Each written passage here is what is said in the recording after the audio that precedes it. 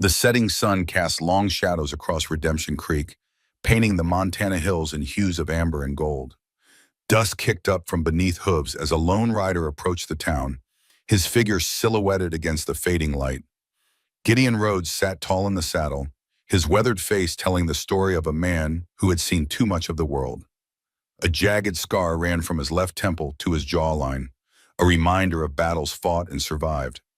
All he carried was a worn saddlebag, a Colt Model 1860 Army revolver that had seen him through the war, a small pouch of coins, and a yellowed letter folded and refolded so many times the creases threatened to tear it apart.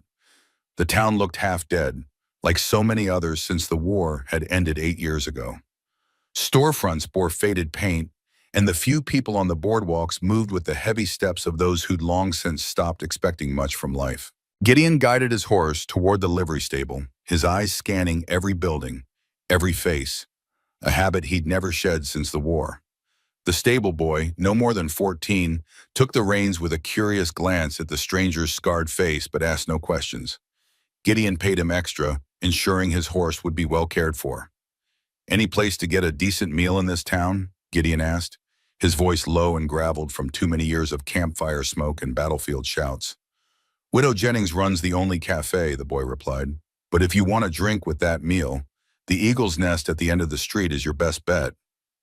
Gideon nodded his thanks and headed toward the saloon, dust from the road clinging to his long coat. His boots made hollow sounds on the wooden boardwalk, announcing the arrival of a stranger to a town that rarely saw new faces. Inside the Eagle's Nest, the usual evening crowd had gathered. A few ranch hands, the barber, and a table of men playing cards, who looked too well dressed to be working men. Conversation quieted as Gideon entered, but he paid it no mind. He'd grown accustomed to the silence that followed him.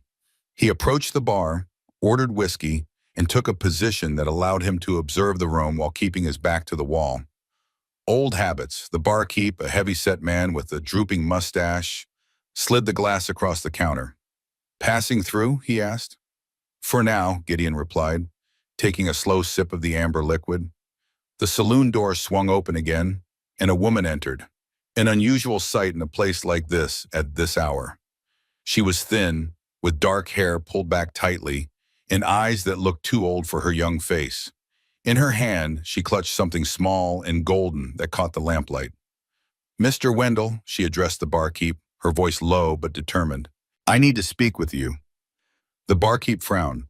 "Mrs. Bell, this ain't the place for you. If it's about credit at the store, I already told you." "It's not credit." She opened her palm, revealing a simple gold wedding band. "This is real gold. My husband had it made in Denver before." She didn't finish the sentence. "It should be worth enough for flour and beans for a week at least." Wendell's eyes narrowed as he took the ring, turning it over in the light. The well-dressed men at the card table had stopped their game to watch. One of them, a silver-haired man with coal blue eyes, observing with particular interest. "Might get you half a sack of flour," Wendell said finally. "Gold's thin." The woman's shoulders sagged. "Half? But—" "Take it or leave it, Mrs. Bell. Ain't charity I'm running." Gideon watched as the woman's hand trembled slightly, her back straightened with what he recognized as desperate pride. "Give her a full sack of flour, a pound of beans, and some salt pork," Gideon said, his voice cutting through the room. "The ring's worth at least that." Silence fell. Every head turned toward him. The woman looked at him with surprise and caution. "This ain't your business, stranger," Wendell said, his tone hardening. Gideon set his glass down and reached for his revolver, placing it deliberately on the bar. He didn't point it. He didn't need to. "I was a jeweler's apprentice before the war," he lied smoothly. "That's 18-karat gold, worth more than you're offering. Now, are you going to be fair, or do we have a problem?" Wendell's gaze shifted from the gun to Gideon's eyes, then to the silver-haired man at the card table as if seeking direction. The man gave an almost imperceptible nod. "Fine," Wendell muttered. "Full sack and fixings. Come by the store in the morning, Mrs. Bell." The woman's eyes moved from Wendell to Gideon, a mixture of gratitude and wariness in her gaze. "Thank you," she said simply, then turned to leave, her back straight despite the defeat of having to sell her wedding ring for food. As she reached the door, the silver-haired man called out, "Clara Bell, isn't it? Thomas Bell's widow?" She paused, her hand on the door. Yes, Mr. Crowley. Sorry for your troubles. If you're looking for work, I might have something at my house. My housekeeper could use help with laundry. Her jaw tightened. Thank you, but I manage. After she left, conversation slowly resumed, but Gideon felt Crowley's eyes on him. He finished his whiskey, left payment on the counter, and followed the woman outside. He caught up to her a block away. Mrs. Bell, he called softly. She turned, her posture defensive, one hand slipping into her pocket where Gideon suspected she kept a small knife or derringer. Smart woman. I don't need any more help, Mr. Rhodes, Gideon Rhodes. He kept a respectful distance. Just wanted to make sure Wendell doesn't cheat you tomorrow. Some men take advantage of desperation. That's the way of the world, isn't it, Mr. Rhodes? A bitter smile crossed her lips, but I appreciate the concern. She hesitated. Why did you help me? Gideon looked past her to where two children waited in the shadows. A boy of about 10 standing protectively near a younger girl. The sight stirred something in him he thought long buried. Let's just say I've seen enough people go hungry. He tipped his hat. Good night, Mrs. Bell. He walked away, hearing the boy whisper, Who was that, Ma? And her hushed response, Just a passing stranger. Come on now. Gideon rented a room at the boarding house, a Spartan space with a narrow bed and a washstand. After cleaning trail dust from his face, he took out the letter, unfolding it carefully on the small table. The handwriting was elegant, but rushed.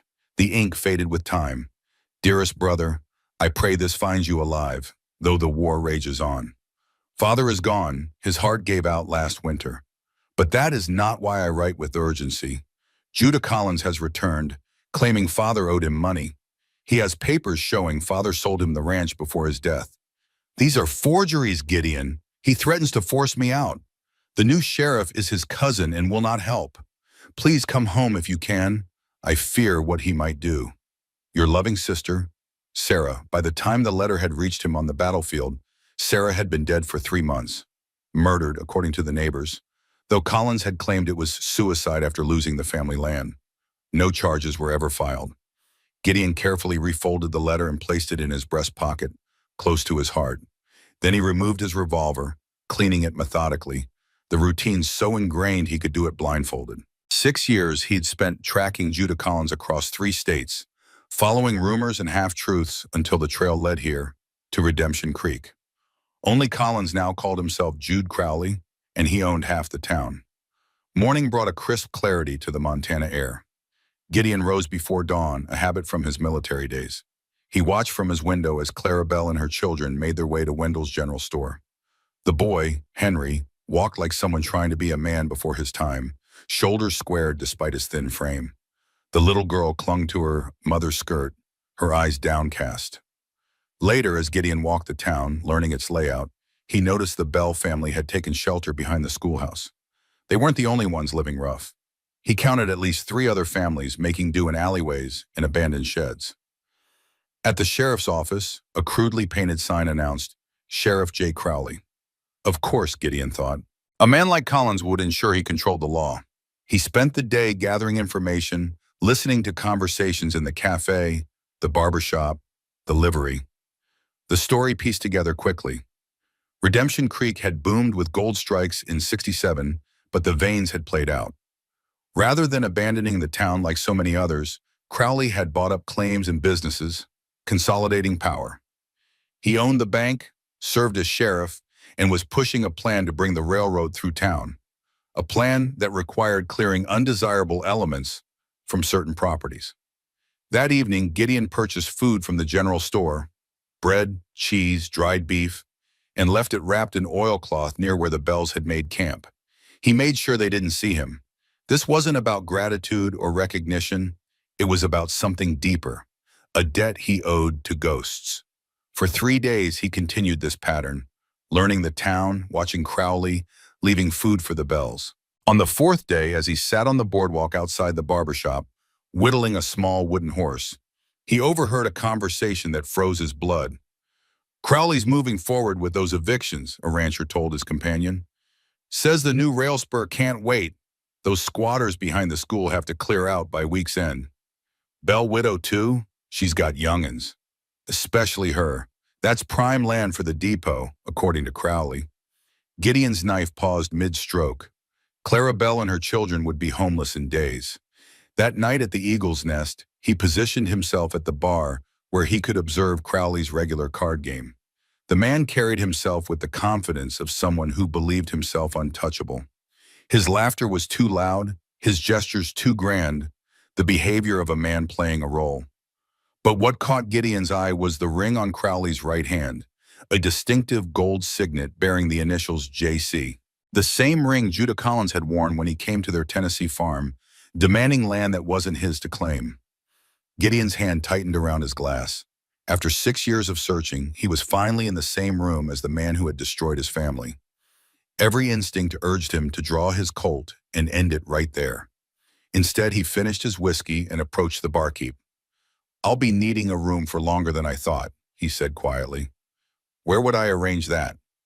The next morning, Gideon observed Crowley making his rounds through town, first the bank, then the sheriff's office, finally stopping to inspect construction at the edge of town where surveyors were marking out the planned railroad road.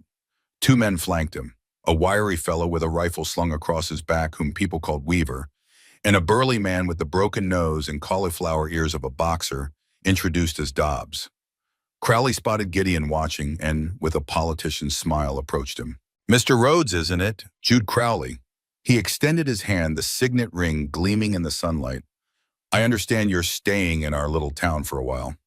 Gideon shook the offered hand, suppressing the urge to crush it.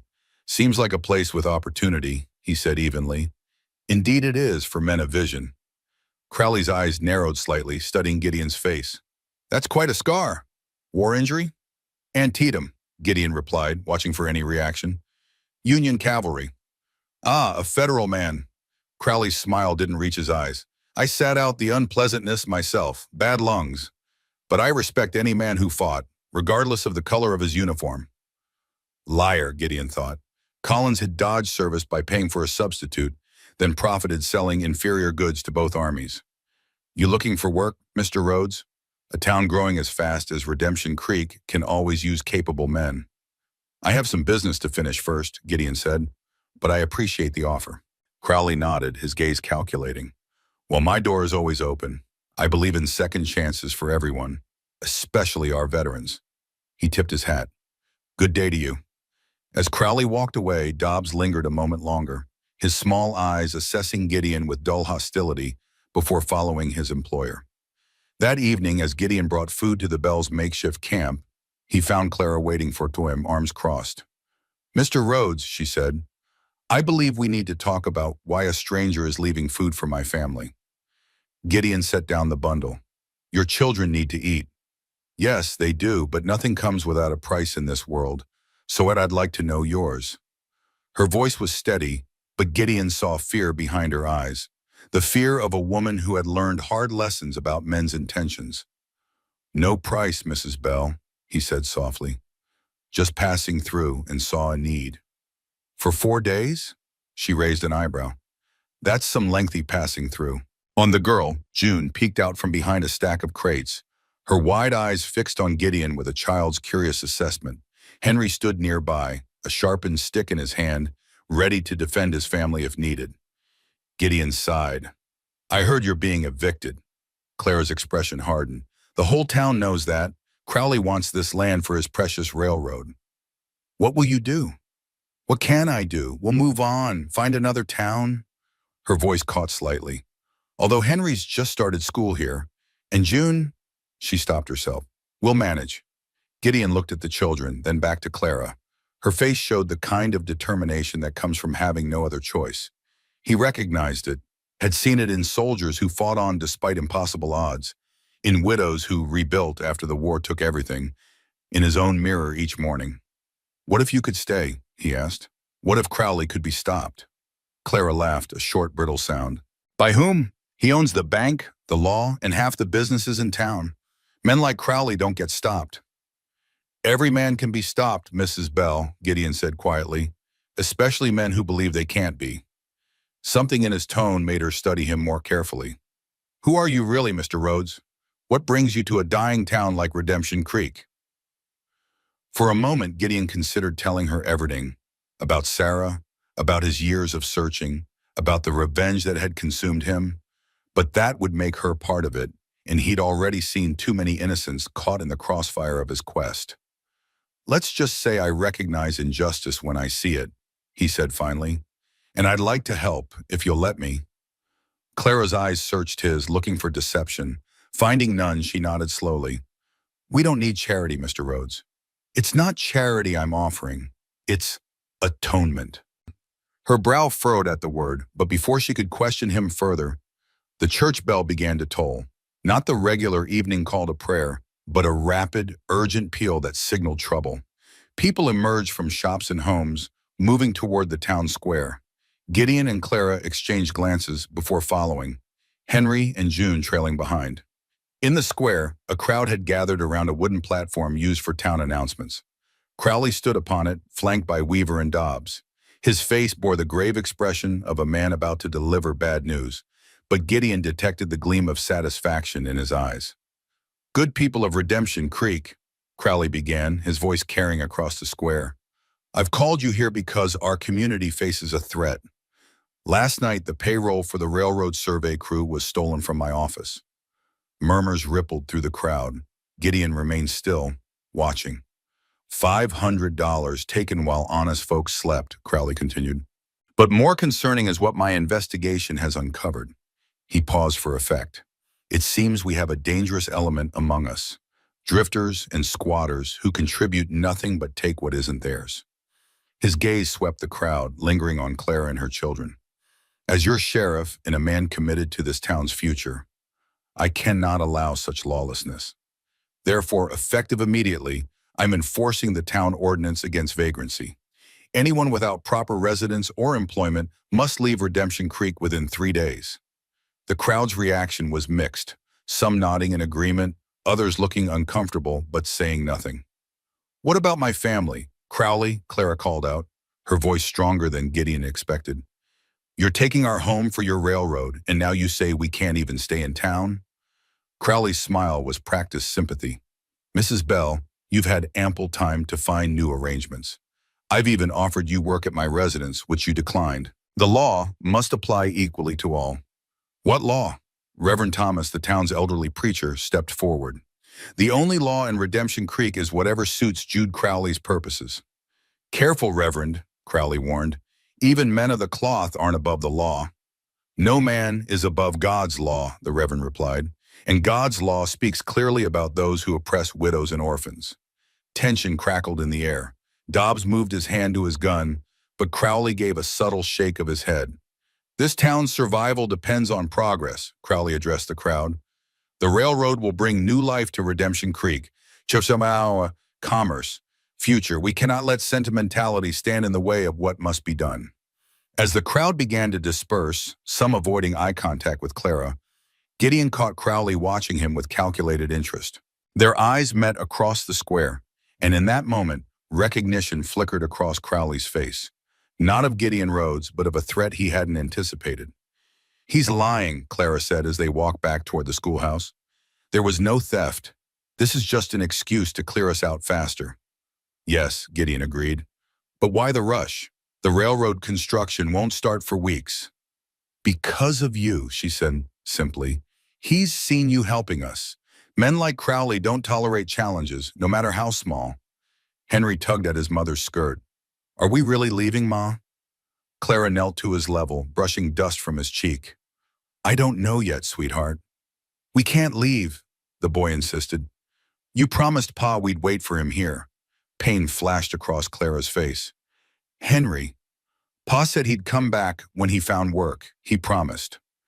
Gideon looked away, giving them privacy in their grief. The boy still believed his father would return. Perhaps Clara hadn't had the heart to tell him the truth, or perhaps Henry simply refused to accept it. When they reached the schoolhouse, Clara put the children to bed in their makeshift shelter, a lean-to of scavenged wood and canvas that offered minimal protection from the elements. Your husband, Gideon said quietly when she returned. How did he die? Clara stiffened. Mining accident, they said. A shaft collapse. Her voice was flat, rehearsed. Thomas was experienced. He knew those mines like his own hands. You don't believe it was an accident. She looked away. It doesn't matter what I believe. I have no proof, and Crowley owns the coroner. Why would Crowley want your husband dead? Clara was silent for a long moment. Because Thomas found something in the mine records. Discrepancies. He said the gold veins didn't run out. They were deliberately misreported. She shook her head. He was going to confront Crowley the next day. Instead, they brought me his body. Gideon felt the pieces sliding into place. Judah Collins, Shawcom, now Jude Crowley, was still the same man who had forged documents to steal the Rhodes family land. Now he was doing it on a larger scale. I'll help you keep your home, Mrs. Bell, Gideon said, and I'll help you find justice for your husband. Clara studied him in the fading light. Why, what's Crowley to you? Gideon's hand moved unconsciously to the letter in his breast pocket. Let's just say we have old business, he and I. Business long overdue for settlement. You're not just passing through, are you? No, ma'am. I came to Redemption Creek for a very specific purpose. And what happens when that purpose is fulfilled? You ride away while we face Crowley's revenge? The question struck Gideon like a physical blow. She was right to ask it. For 6 years, he'd thought of nothing but finding Collins and avenging Sarah. He hadn't considered what would come after. I won't leave you unprotected, he promised. Whatever happens. Clara nodded slowly, seeming to accept his word, at least for now. 3 days, she said. That's all the time we have. As Gideon walked back to his boarding house room, he felt Crowley's men watching him from the shadows. The game had begun in earnest now. The question was whether Gideon could find a way to bring Crowley to justice before the man destroyed more lives, and whether he could do it without sacrificing Clara and her children in the process. In his room, Gideon carefully checked his revolver, counting the bullets as if they were prayers. 6 rounds, 6 chances to do what he'd come for. But as he gazed out the window toward the schoolhouse where Clara and her children slept, he wondered if revenge was still his true purpose. For the first time in years, Gideon Rhodes questioned the path he'd chosen. And as dawn approached, he made a decision. Crowley would answer for his crimes, all of them, but not through the barrel of Gideon's gun. There had to be a better way, a way that brought true justice, not just more bloodshed. When morning came, Gideon Rhodes was a man with a new mission. Morning sunlight streamed through the boarding house window, casting long shadows across Gideon's room. He dressed methodically, mind already working through the day ahead. 3 days. 72 hours to find a way to stop Crowley before Clara and her children were forced from town with nowhere to go. The streets of Redemption Creek buzzed with unusual activity as Gideon made his way toward the courthouse. Crowley's announcement had stirred the town like a stick in an anthill. Some residents eyed the vagrants with newfound suspicion, while others showed quiet sympathy, slipping food or blankets to those affected when they thought no one was watching. The county courthouse was a modest 2-story building that also housed the land records office. Inside, Gideon found an elderly clerk half asleep at his desk, surrounded by leather-bound volumes and loose papers.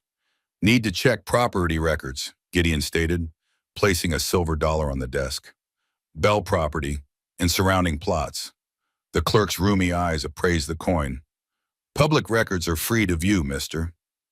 I'm paying for your discretion, Gideon replied. Understanding dawned on the old man's face. He pocketed the coin and shuffled to a row of shelves. Bell Place is lot 17, range 4. Who's asking? Just a concerned citizen. The clerk snorted. Mighty dangerous, concerning yourself with Crowley's business. He returned with several large books, dropping them on the desk with a thud. Gideon spent the next hour poring over deeds, transfers, and tax records. A pattern emerged quickly. Over the past 5 years, Crowley had systematically acquired properties along what was now the planned railroad route. Some sales appeared legitimate. Others showed signs of coercion. Properties sold well below market value, often after the owners faced sudden financial hardship or mysterious accidents. The Bell property stood out. Unlike the others, it hadn't been sold. Crowley claimed it through a tax foreclosure after Thomas Bell's death, despite property taxes being paid through the year. Something's not right here, Gideon muttered. Ain't nothing right when Crowley wants land, the clerk said quietly, glancing toward the door. Man's building himself a kingdom one deed at a time. Has anyone challenged these transactions? The clerk's laugh was bitter. Two tried. Jenkins questioned a forged signature on his deed, fell down the mine shaft a week later. Williams filed a complaint with the territorial court. His farm burned to the ground that same night, with him in it. Gideon felt a cold certainty settle in his gut. The pattern was clear. Judah Collins hadn't changed his methods, just his scale of operation. One more thing, Gideon said. I need to see any records on Jude Crowley himself, when he came to town, property he first purchased. The clerk hesitated. Those would be in his private safe at the bank. Only public record is the business license filed 6 years back when he bought the bank. He lowered his voice further. But I can tell you this, Crowley weren't his name when he arrived. Called himself something else, first year or so. Can't rightly recall what. Gideon slid another coin across the desk. Try. The old man pocketed it, eyes darting around the empty room. Might have been Collins, Judah Collins, if memory serves. Outside, Gideon walked purposefully toward the church, his suspicions confirmed. Redemption Creek's beloved benefactor was indeed the same man who had destroyed his family in Tennessee, and apparently several others since. But knowing it and proving it were different matters. The church stood on the edge of town, a humble wooden structure with a slender steeple reaching toward heaven. Inside, Reverend Thomas knelt at the altar in prayer. He was older than Gideon had first thought, perhaps 70, with a shock of white hair and hands gnarled by arthritis. Reverend, Gideon called softly. The old man crossed himself before rising with effort. Mr. Rhodes, isn't it? Come in, son. The Lord's house is open to all. I'm not much for prayer these days, Reverend. Few are after what this country's been through. The old man gestured to a pew. But you didn't come to discuss your faith, I imagine. Gideon sat, the wooden bench creaking beneath his weight. I'm looking into Crowley. Heard you're one of the few willing to stand against him. Thomas's expression grew somber. The good book tells us to comfort the afflicted and afflict the comfortable. Jude Crowley has grown far too comfortable in his sins. What do you know about Thomas Bell's death? The Reverend's eyes widened slightly. You've been speaking with Clara. She believes her husband's death wasn't an accident. She's right. The old man's voice hardened. Thomas came to me the night before he died, troubled in spirit. Said he'd found evidence of claim jumping in the mine records. Crowley reporting veins played out when they were still producing, then buying the claims cheap through the bank and working them in secret. Did Bell have proof? He took papers from the mine office, ledgers, I think. Said he was going to confront Crowley, then take evidence to the territorial marshal, if necessary. The Reverend shook his head sadly. I counseled patience, gathering more evidence first. He didn't listen. The papers were never found? No, Clara searched everywhere after his death. Whatever Thomas took died with him. Or Crowley has it. Gideon leaned forward. Reverend, I need your help. Clara and her children will be forced out in 3 days unless something changes. I've offered them shelter here, but Crowley's new edict applies even to the church grounds. The old man's frustration was evident. I've written to the bishop in Helena, but there's been no response. There might be another way, Gideon said. If we can prove Crowley acquired the Bell property illegally, you'd need a judge willing to hear the case and evidence Crowley can't destroy. The Reverend gave him a searching look. What's your stake in this, Mr. Rhodes? You're a stranger here. Gideon hesitated, then reached into his pocket and withdrew the worn letter. Crowley, or Judah Collins as he was known then, murdered my sister in Tennessee after the war. Took our family land through forged documents, just like he's doing here. The Reverend read the letter silently, then handed it back. Vengeance is a dangerous road, son. It's not vengeance I'm after anymore, Reverend. It's justice for Sarah, for Thomas Bell, for everyone Crowley has harmed. Thomas studied him for a long moment. There's a federal marshal, Wilson, who passes through every few weeks checking on the mail route. Honest man, from what I hear. Due back in 3 days. That might be too late for Clara. Perhaps. The Reverend nodded slowly. But there may be someone who can help sooner. Judge Hammond in Fort Benton owes me a favor. I saved his son during the typhoid outbreak last spring. He's a circuit judge, only 40 miles north. I could send word. Hope stirred in Gideon's chest. How quickly could he respond?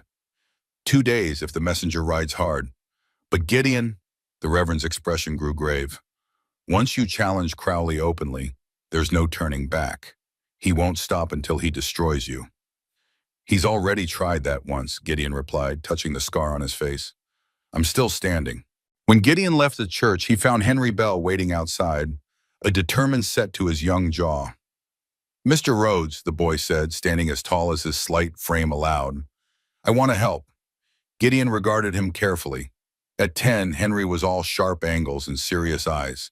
Childhood cut short by necessity. Help with what, son? Saving our home.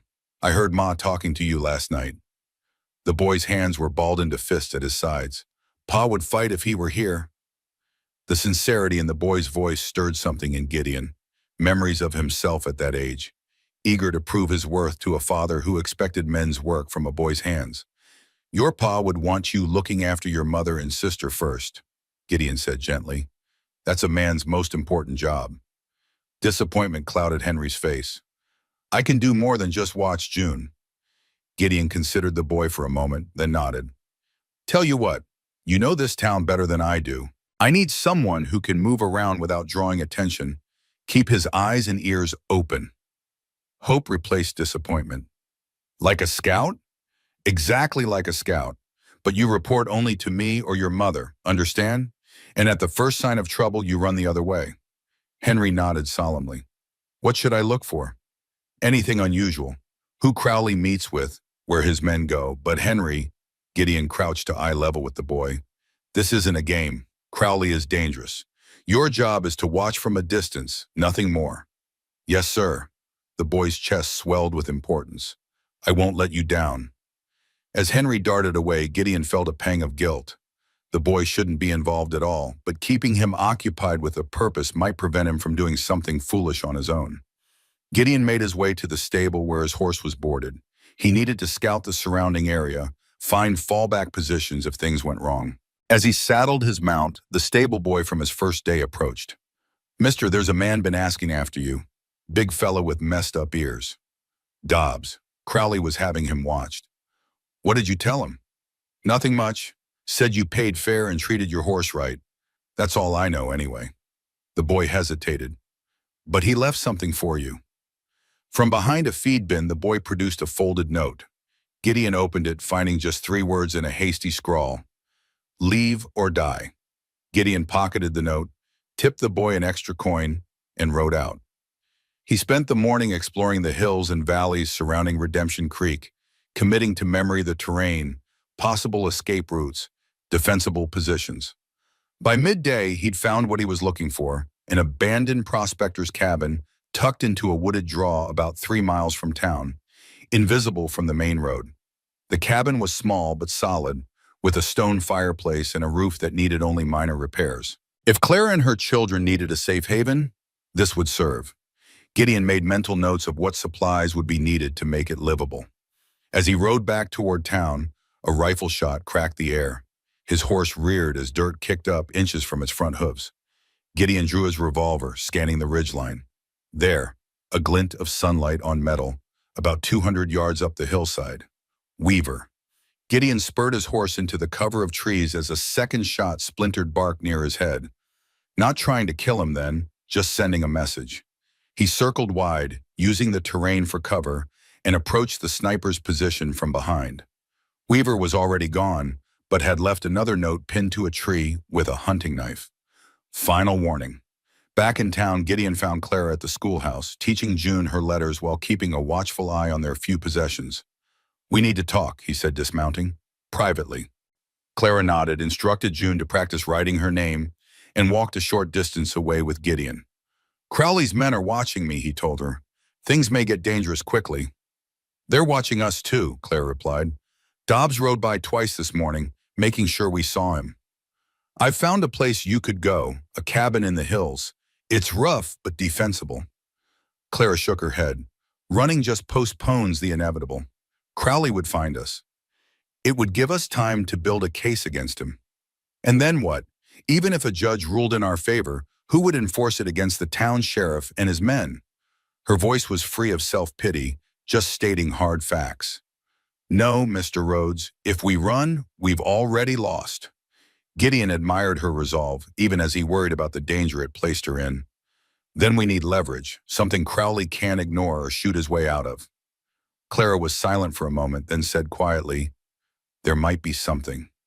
She glanced around to ensure they weren't overheard, then continued, "The night before Thomas died, he hid something under a floorboard in our house. Said if anything happened to him, I should take it to the territorial marshal." "The mine records the Reverend mentioned?" She nodded. "I never found them.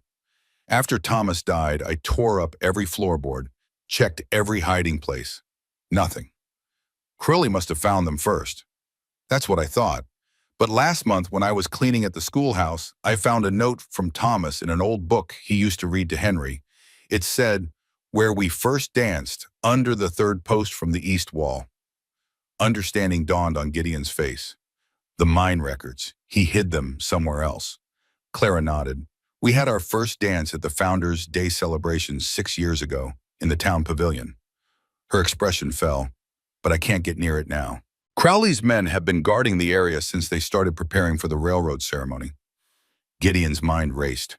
If Thomas Bell had hidden evidence of Crowley's illegal activities, and that evidence still existed, "We need to get those documents," he said, "tonight." As dusk fell, Gideon watched the town pavilion from the shadow of the livery stable. The wooden structure stood in the center of what would soon become the railroad depot, a simple roof supported by posts, with a plank floor raised 2 feet off the ground. As Clara had said, 2 of Crowley's men patrolled the area, rifles in hand. Gideon had spent the afternoon preparing. He'd purchased supplies, food, blankets, ammunition, and hidden them in the abandoned cabin, just in case. He'd also sent a message to Reverend Thomas, asking him to dispatch a rider to Judge Hammond immediately. Now all that remained was to retrieve the evidence Thomas Bell had hidden. He spotted Henry approaching through the gathering darkness, moving with the natural stealth of a boy accustomed to avoiding adult attention. "They change guards at 9 o'clock, the boy reported proudly. "Weaver and McCoy take over from Burke and Daniels. They always have a drink at the saloon first, so there's about 15 minutes when nobody's watching." Gideon nodded approvingly. "Good work, Henry. Now go back to your mother and stay there. I'll handle the rest." "But I can help," the boy protested. "I'm smaller. I could crawl under the pavilion without being seen." "No," Gideon said firmly. "I promised your mother I'd keep you safe. This isn't negotiable." Reluctantly, Henry retreated, looking back several times as if hoping Gideon would change his mind.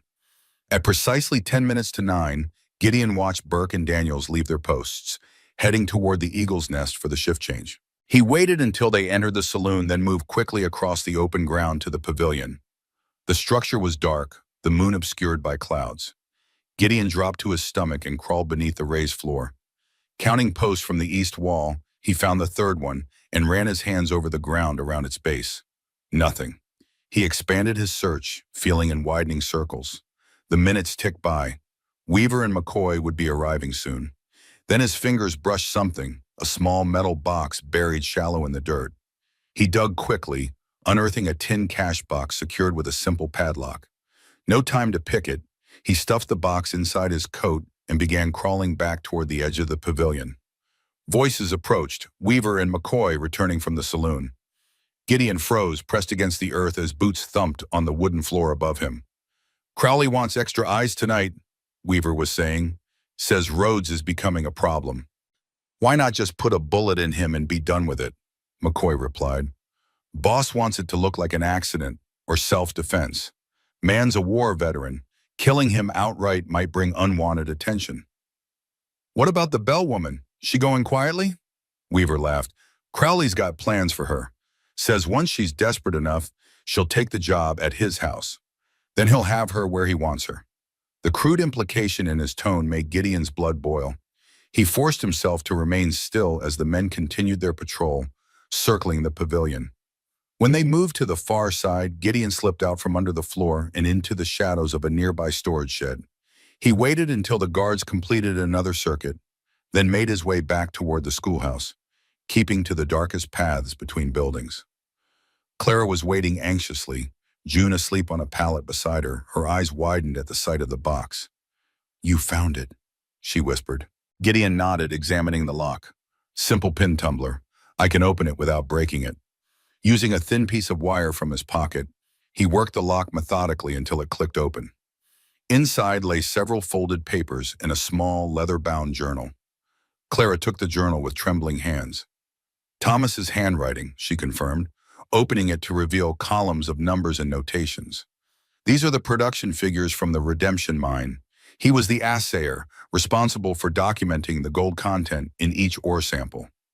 Gideon examined the other papers, maps of the mine, official claim registrations, and a deed transfer with Crowley's signature that looked suspiciously different from others he'd seen. "This is it," he said quietly, "proof that Crowley falsified production reports, then used the bank to foreclose on claims he knew were still valuable." Clara flipped through the journal, stopping suddenly. "There's more," she said, her voice catching. "Notes about other deaths, miners who discovered the fraud and threatened to expose him. 8 men, including Thomas, all listed as accidents. Murder," Gideon corrected, "premeditated and documented." Hope and fear warred in Clara's expression. "Will it be enough?" "For a federal judge, yes. This is evidence of multiple felonies: fraud, murder, land theft." Gideon carefully returned the documents to the box. "We need to keep these safe until the judge arrives." A soft sound drew their attention. June stirring in her sleep, whimpering from a dream. Clara moved to comfort her daughter, stroking her hair until she settled. "What happens now?" she asked, returning to Gideon. "We wait for Judge Hammond. Reverend Thomas is sending for him. If all goes well, he'll arrive by tomorrow evening. And if Crowley discovers what we have before then?" Gideon's hand moved unconsciously to his revolver. "Then we do what's necessary to protect ourselves and these documents." Clara studied him in the dim light. "You said this wasn't about vengeance anymore." "It's not," Gideon assured her. "But justice sometimes requires force to defend it. The way you handle that gun, the way you move. You weren't just a soldier, were you?" Gideon hesitated, then admitted, "After the war, I was a lawman in Kansas for a time. Deputy U.S. Marshal." Understanding dawned in Clara's eyes. "That's why you believe in the law, even after everything that's happened." "I believe in justice," Gideon corrected. "The law is just a tool, sometimes sharp, sometimes dull. Depends on who's wielding it." Clara's next question caught him off guard. "Was there ever anyone waiting for you? A wife? Children?" "No," he answered softly. "The war took that possibility from me, and then the search for Crowley, consumed whatever was left." "And after? If we succeed against Crowley, what then?" The question echoed the one she'd asked days earlier, but now it carried a different weight. Gideon had no answer. For 6 years, his life had been defined by a single purpose. Beyond that horizon, he'd never allowed himself to look. "I don't know," he admitted. "Never thought that far ahead." Clara nodded as if his answer confirmed something she'd suspected. "Get some rest, Mr. Rhodes. Tomorrow will test us all." Gideon left the cash box with Clara, concealed in a hollow beneath the schoolhouse steps, and returned to his boarding house room. Sleep eluded him as he ran through contingency plans, escape routes, ways to protect Clara and her children if things went wrong. Dawn was breaking when a commotion in the street drew him to the window. A crowd had gathered outside the Eagle's Nest. In their midst stood Crowley, addressing them with the practiced authority of a man accustomed to commanding attention. Gideon dressed quickly and made his way downstairs. By the time he reached the street, Crowley was in full oration. "Not only theft of railroad funds, but now proof of espionage against our town's interest," Crowley was saying, his voice carrying across the crowd. "Evidence found in the possession of our mysterious visitor, Mr. Rhodes." Gideon froze at the edge of the gathering. Crowley held up a sheet of paper. "Territorial documents, stolen from my office, with forged annotations suggesting criminal activity by your elected officials and business leaders." Crowley's expression was one of wounded dignity. "A conspiracy to undermine the prosperity we've all worked for, orchestrated by outside interests who want our railroad to fail." The crowd murmured uneasily. Crowley continued, "As your sheriff, I cannot allow such sabotage to go unchallenged. Therefore, I am offering a reward of $500 for information leading to the arrest of Gideon Rhodes on charges of theft, forgery, and criminal conspiracy. Gideon's hand moved to his revolver as heads turned, searching the crowd for him. He backed away slowly, mind racing. Crowley was getting ahead of the evidence, framing him as a criminal before the real documents could be presented to Judge Hammond. Additionally, Crowley announced, I have evidence implicating Clara Bell as his accomplice. A search of her dwelling will be conducted immediately. The cash box. If Crowley's men found it, Gideon turned and ran toward the schoolhouse, no longer caring about being seen. He had to reach Clara before Crowley's men did. He rounded the corner to find chaos. Dobbs and 2 deputies were already there, tearing apart the lean-to shelter. Clara stood protectively before her children, face pale but defiant. You have no right, she was shouting. This is church property. Got a warrant signed by Sheriff Crowley, Dobbs replied with a smirk, waving a paper. Searching for stolen property and seditious materials. Gideon drew his revolver. Step away from them, Dobbs. The big man turned, hand moving to his own gun. Rhodes, figured you'd show up. Save us the trouble of hunting you down. There are children here, Gideon said evenly. Walk away, and nobody gets hurt. Dobbs' grin widened. Oh, somebody's getting hurt today. His eyes flicked to something behind Gideon. Ain't that right, Weaver? Too late, Gideon sensed movement behind him. Pain exploded at the base of his skull, and the world went black. He awoke to cold water splashed in his face. Blinking away blood and water, Gideon found himself in a cell in the town jail. Hands shackled to a ring in the wall, Crowley stood before him, flanked by Dobbs and Weaver. Gideon Rhodes, Crowley said, studying him with cold calculation. Or should I say Captain Gideon Rhodes, formerly of the 2nd Ohio Cavalry? It took me a while to place you with that scar and the years between us. Tennessee seems a lifetime ago. Gideon tested the shackles. Solid iron, no give. Where are Clara and her children? Mrs. Bell and her offspring are being held at my residence for questioning. Their welfare depends entirely on your cooperation. If you've harmed them, always the protector, Crowley interrupted, just like with your sister. How is dear Sarah, by the way? Still in the ground where I left her? Rage flooded Gideon's veins, but he forced it down. Anger would only cloud his judgment, and Clara needed him thinking clearly. What do you want, Otto? Crowley flinched at the use of his real name. I want what's mine. The cash box Bell stole from my office before his unfortunate accident. I know you found it. Don't know what you're talking about. Crowley nodded to Dobbs, who stepped forward and delivered a vicious blow to Gideon's ribs. Pain exploded through his chest. Let's try again, Crowley said calmly. The documents. Where are they? Gideon coughed, tasting blood. Go to hell. Perhaps Mrs. Bell will be more cooperative, Crowley mused. Mothers tend to prioritize their children's safety over principles. Touch her and no judge in the territory will be able to save you, Gideon growled. Judges? Crowley laughed. You think I don't own every official within 100 miles? Your Reverend Thomas's messenger never made it past the county line. Judge Hammond won't be riding to your rescue. Gideon felt his last hope slipping away. If the messenger had been intercepted, no help was coming. Now, Crowley continued, you have a choice. Tell me where the documents are, and Mrs. Bell and her children go free. Exiled from Redemption Creek but alive. Refuse, and he shrugged. Tragic fire at the sheriff's office. Prisoners unable to escape. Very sad. Before Gideon could respond, a commotion erupted outside the jail. Shouts and running footsteps approached. The door burst open and a deputy rushed in. Fire, he gasped. The eagle's nest is burning, spreading to the bank. Crowley's face contorted with rage. What? How? Don't know, sir. Started in the kitchen, they're saying. Impossible, Crowley snarled.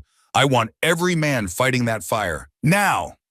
But the prisoner, he's not going anywhere, Crowley snapped, gesturing to the shackles. Dobbs, stay with him. Weaver, with me. As Crowley and Weaver rushed out, Dobbs took up position by the door, hand resting on his pistol. Just you and me now, Rhodes, he said with a malevolent grin. Been wanting some time alone with you.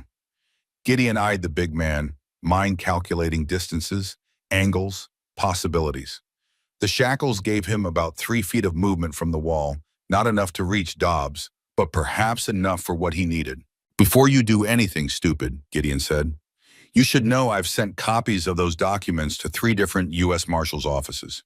If anything happens to me, Clara, or her children, they'll know exactly who to come for." Doubt flickered across Dobbs' face. "You're bluffing." "Am I?" "Crowley's smart enough to wonder why I'd come all this way just for revenge. The truth is, I've been building a case against him for years. He's not just facing territorial charges, he's looking at federal prosecution." Dobbs shifted uneasily. "Crowley can handle the law. Local law maybe, but federal marshals? They'll bring a dozen men with warrants signed by a federal judge. No amount of money will stop that kind of heat." As Gideon spoke, he subtly worked his left boot against the floor, loosening something in the heel. Dobbs' expression darkened. "Shut your mouth. You're just trying to save your skin." "I'm trying to save yours," Gideon countered. "When the marshals come, Crowley will sacrifice you and Weaver to save himself. You'll hang for murders," he ordered. "I ain't killed nobody that didn't need killing," Dobbs growled, but uncertainty had crept into his voice. "Tell that to the judge when Crowley testifies against you." Dobbs advanced, face flushed with anger. "I said shut up!" As the big man moved within range, Gideon kicked out with his left foot. The hidden blade in his boot heel, a cavalryman's last resort, sliced across Dobbs's thigh. The man howled, stumbling backward. Gideon lurched forward, straining against the shackles to their full extension. His fingers closed around Dobbs's gun belt, yanking the man off balance. They crashed to the floor together, Gideon's restraints preventing him from gaining the advantage. Dobbs recovered quickly, landing a heavy blow to Gideon's jaw. Stars exploded across his vision. The bigger man rolled away, drawing his pistol. "You're dead, Rhodes," he snarled, taking aim. The gunshot was deafening in the confined space. Dobbs looked down in surprise at the spreading red stain on his chest, then collapsed to the floor. In the doorway stood Henry Bell, Gideon's revolver clutched in his small hands, smoke still curling from the barrel. "Henry," Gideon gasped, "what have you done?" "Henry!" Gideon stared in horror at the boy standing in the doorway, his revolver still pointed at Dobbs's motionless form. "Put the gun down, son. Now." The weapon trembled in Henry's small hands, his face frozen in shock at what he'd just done. Slowly, as if waking from a trance, the boy lowered the gun. Gideon's mind raced. A child had just killed a man, Crowley's man, to save him. The implications were devastating. "Henry, listen to me carefully. How did you get here? Where's your mother?" "They took her," Henry whispered, eyes still fixed on Dobbs. "Men came to Mr. Crowley's house. They put Ma and June in a wagon. I hid in the woodshed. They didn't see me." "Where were they taking them?" "I heard one say the old mine office." Henry finally tore his gaze from the dead man. "I came to find you. Your gun was on the desk out front." Gideon nodded toward the ring in the wall. "The keys to these shackles. Check Dobbs's pockets." Henry hesitated, then approached the body with visible reluctance. He patted the dead man's vest until he found a ring of keys, which he handed to Gideon. After several attempts, Gideon freed himself from the restraints. He took his revolver from Henry, checked that 5 shots remained, then knelt before the boy. "Henry, what you did, you saved my life." He placed his hands on the child's shoulders. "But you should never have had to make that choice. I'm sorry." Tears welled in the boy's eyes. "Is Ma going to die too? Like Pa?" "No," Gideon said firmly. "I won't let that happen. But I need you to be brave a little longer. Can you do that?" Henry nodded, blinking back tears. "Good. Now, where's Reverend Thomas?" "Church, I think. They didn't take him. I need you to go to him. Tell him what's happened. Tell him to hide you somewhere safe. Not the church, somewhere Crowley wouldn't look. But I want to help save Ma and June." "You already have," Gideon assured him. "More than anyone should ask of you. Now I need you safe so I can focus on getting them back." Reluctantly, Henry agreed. Gideon checked the street. The town's attention was fixed on the fire at the Eagle's Nest, smoke billowing into the clear morning sky. Perfect distraction. "Stay in the shadows," Gideon instructed. "Don't let anyone see you." As Henry slipped away, Gideon searched Dobbs's body, finding extra ammunition and a hunting knife. Then he made his way to the cells at the back of the jail, where he'd spotted a gun cabinet during his brief consciousness earlier. The cabinet yielded a Winchester repeating rifle and a shotgun. Gideon loaded both, slung the rifle over his shoulder, and moved to the rear door of the building. Outside, chaos reigned. The fire had spread to adjacent buildings, and a bucket line had formed to combat the flames. Crowley was nowhere in sight, which confirmed Gideon's suspicion. The fire was a distraction to cover his real purpose, eliminating witnesses and evidence. The old mine office stood on the outskirts of town, a weathered wooden structure that had once been the headquarters of the Redemption Creek Mining Company. Now it served as a storage facility for Crowley's various enterprises. Isolated and seldom visited, it was the perfect place for the kind of dirty work Crowley wouldn't want witnessed.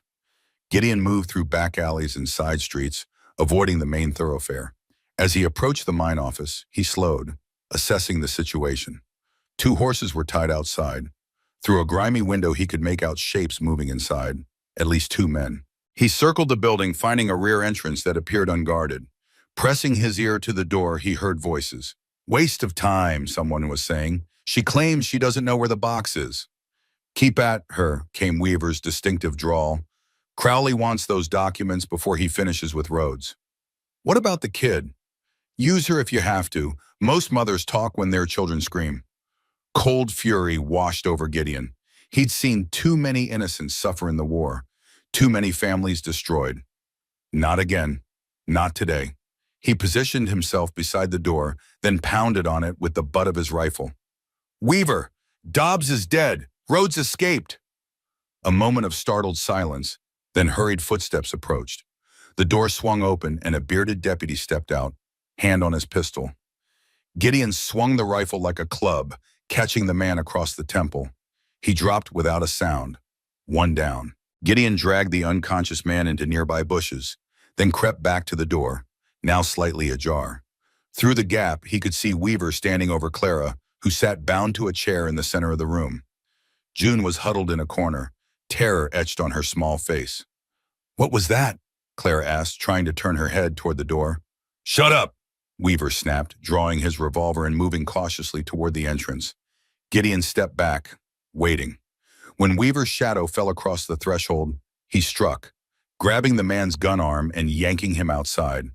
Weaver was quicker than his companion, twisting free and landing a solid punch to Gideon's jaw. The blow staggered him, but Gideon recovered, driving his shoulder into Weaver's midsection. Both men crashed to the ground, grappling for dominance. Weaver's hand closed around a rock, swinging it toward Gideon's head. Gideon blocked the blow with his forearm, feeling something crack from the impact. Ignoring the pain, he slammed his fist into Weaver's throat. The man gagged, his grip loosening. Gideon seized the advantage, pinning Weaver beneath him and delivering 2 more punches that left the shooter dazed. "Where's Crowley?" Gideon demanded, pressing his forearm against Weaver's windpipe. "Go to hell," Weaver wheezed. Gideon increased the pressure. Last chance, fear finally flickered in Weaver's eyes. "Mine. He's at the mine. Old Shaft 3. "Why?" "Evidence, burning everything." Gideon reached for the discarded rifle, bringing the stock down hard on Weaver's temple. The man went limp. Inside the mine office, Clara looked up as Gideon entered, relief washing over her face. "Henry?" she asked immediately. "Safe with the Reverend," Gideon assured her, cutting her bonds. "Are you hurt?" "No, just roughed up a bit." Her eyes searched his. "They said you were dead." "Not yet." He moved to June, who shrank back in terror. "It's all right, sweetheart. I'm here to take you to Henry." The little girl remained frozen until Clara knelt beside her. "It's okay, June. Mr. Rhodes is helping us." Slowly, the child reached for her mother, who gathered her into her arms. Gideon kept his distance, giving them a moment to recover while he checked his weapons. "Crowley's at the mine," he told Clara, "destroying evidence, according to Weaver. The cash box is still safe. I hid it somewhere they wouldn't think to look." He hesitated. "Clara, you and June need to get somewhere secure. Crowley's desperate now, which makes him more dangerous." She shook her head. "We've been running and hiding since Thomas died. I'm done with that." "This isn't about courage," Gideon insisted. "It's about keeping June safe while I deal with Crowley." Clara studied him. "You're going after him alone. It's between him and me now, always has been." And if you don't come back, what happens to us then? The question hung in the air between them. Gideon had no answer that wouldn't sound like an empty promise. Take this, he said finally, handing her the shotgun. The cabin I showed you yesterday, go there and wait. If I'm not back by nightfall, we run, she finished for him. Again. No. He reached into his pocket and withdrew a small object, a deputy U.S. Marshal's badge he'd carried since Kansas. If I don't return, take this, the cash box, and Henry's testimony to Fort Benton. Ask for Marshal Wilson. He'll believe you. Clara's fingers closed around the badge. You've had this all along? I resigned my commission to hunt Crowley. Officially, I have no authority here. But Wilson will recognize that badge and know I wouldn't have given it lightly. Their eyes held for a long moment. Then Clara did something that surprised him. She leaned forward and pressed her lips to his, briefly but firmly. That's not goodbye, she said, pulling back. That's come back to us. Gideon nodded, a new resolve strengthening his purpose. This wasn't just about Sarah anymore, or even justice in the abstract. It was about the future, Clara's, her children's, and perhaps his own. I will, he promised. The Redemption Mine entrance gaped like an open wound in the hillside a mile north of town. Once the lifeblood of the community, it now stood abandoned, officially at least. As Gideon approached, he noted fresh wagon tracks leading to the main shaft. Crowley had indeed come here, and recently. Gideon checked his revolver one last time, then lit a miner's lantern he'd taken from the office. The tunnel entrance was reinforced with timber supports, many showing signs of rot after years of neglect. He moved cautiously, alert for tripwires or cave-ins. Crowley had already killed at least 8 men in these tunnels. He would have no qualms about adding another. The main shaft descended at a gentle slope for about 100 yards before branching into 3 separate tunnels. According to Weaver, Crowley was in shaft 3, the deepest and least stable of the mine's workings. As Gideon advanced, the air grew thicker, heavy with dust and the lingering scent of blasting powder. His lantern cast grotesque shadows on the rock walls, transforming ordinary support beams into looming figures that seemed to watch his progress with hollow eyes. The tunnel forked again. Gideon paused, listening. From the right branch came the faint sound of movement, metal scraping against stone. He extinguished his lantern, allowing his eyes to adjust to the darkness. Far ahead, a dim glow indicated another light source. Moving silently now, Gideon crept forward, the Winchester ready. The tunnel widened into a chamber where several veins had been worked simultaneously. In the center stood Crowley, illuminated by a circle of lanterns. He was feeding papers into a small fire burning in a metal bucket. The evidence. The final links connecting Judah Collins to his crimes. It won't change anything, Judah, Gideon called, stepping into the chamber. Burning papers doesn't erase what you've done. Crowley spun around, hand dropping to his pistol. When he saw Gideon, a strange smile crossed his face. Rhodes, or should I say Captain Rhodes, I must admit, you are harder to kill than I anticipated. He straightened, making no move toward his weapon. But then, you always were stubborn, even as a boy. It's over, Gideon said, advancing slowly. Dobbs is dead. Weaver and his friend are incapacitated. The Bell family is safe. And I have Thomas Bell's journal and evidence of your frauds. A temporary setback, Crowley replied with maddening confidence. I still control this town. One word from me, and every man in Redemption Creek will hunt you down. Who do you think they'll believe? Their respected mayor and benefactor, or a scarred drifter with a personal vendetta? They'll believe the federal judge who'll be reviewing your case, Gideon countered. The documents you're burning? Copies exist, already on their way to territorial authorities. Uncertainty flickered across Crowley's face for the first time. You're bluffing. Ismai, I tracked you across 3 states for 6 years. Did you think I came unprepared? Crowley's composure slipped further. What do you want, Rhodes? Money? I can make you rich. Land? Take your pick of properties. Name your price. You know what I want. Gideon took another step forward. Justice for Sarah, for Thomas Bell, for every person you've cheated and killed. Justice? Crowley laughed bitterly. There's no justice in this world, only power and those smart enough to seize it. Your sister was a fool who stood in the way of progress. Bell was the same. They were innocent people you murdered for profit. They were obstacles. Crowley snarled, his cultivated veneer falling away to reveal the predator beneath. Just like you. In one fluid motion, he drew his pistol. Gideon fired first, the Winchester's report deafening in the confined space. Crowley staggered backward, clutching his shoulder, but remained standing. You missed my heart, he gasped, raising his own weapon. Deliberately, Gideon replied. I want you to stand trial. Crowley's answer was another shot that grazed Gideon's cheek, reopening his old scar. Gideon dove behind a support column as more bullets splintered the wood around him. You should have killed me when you had the chance, Crowley shouted, moving toward a side tunnel. Now I'll finish what I started with your sister, Gideon pursued, firing again. The bullet struck rock as Crowley disappeared into the darkness. Following, Gideon found himself in a narrower passage that sloped steeply downward. Water dripped from the ceiling, making the footing treacherous. A shot rang out from below, the bullet whining past his ear. Gideon pressed himself against the wall, inching forward more cautiously. The tunnel ended in another chamber, this one partially flooded.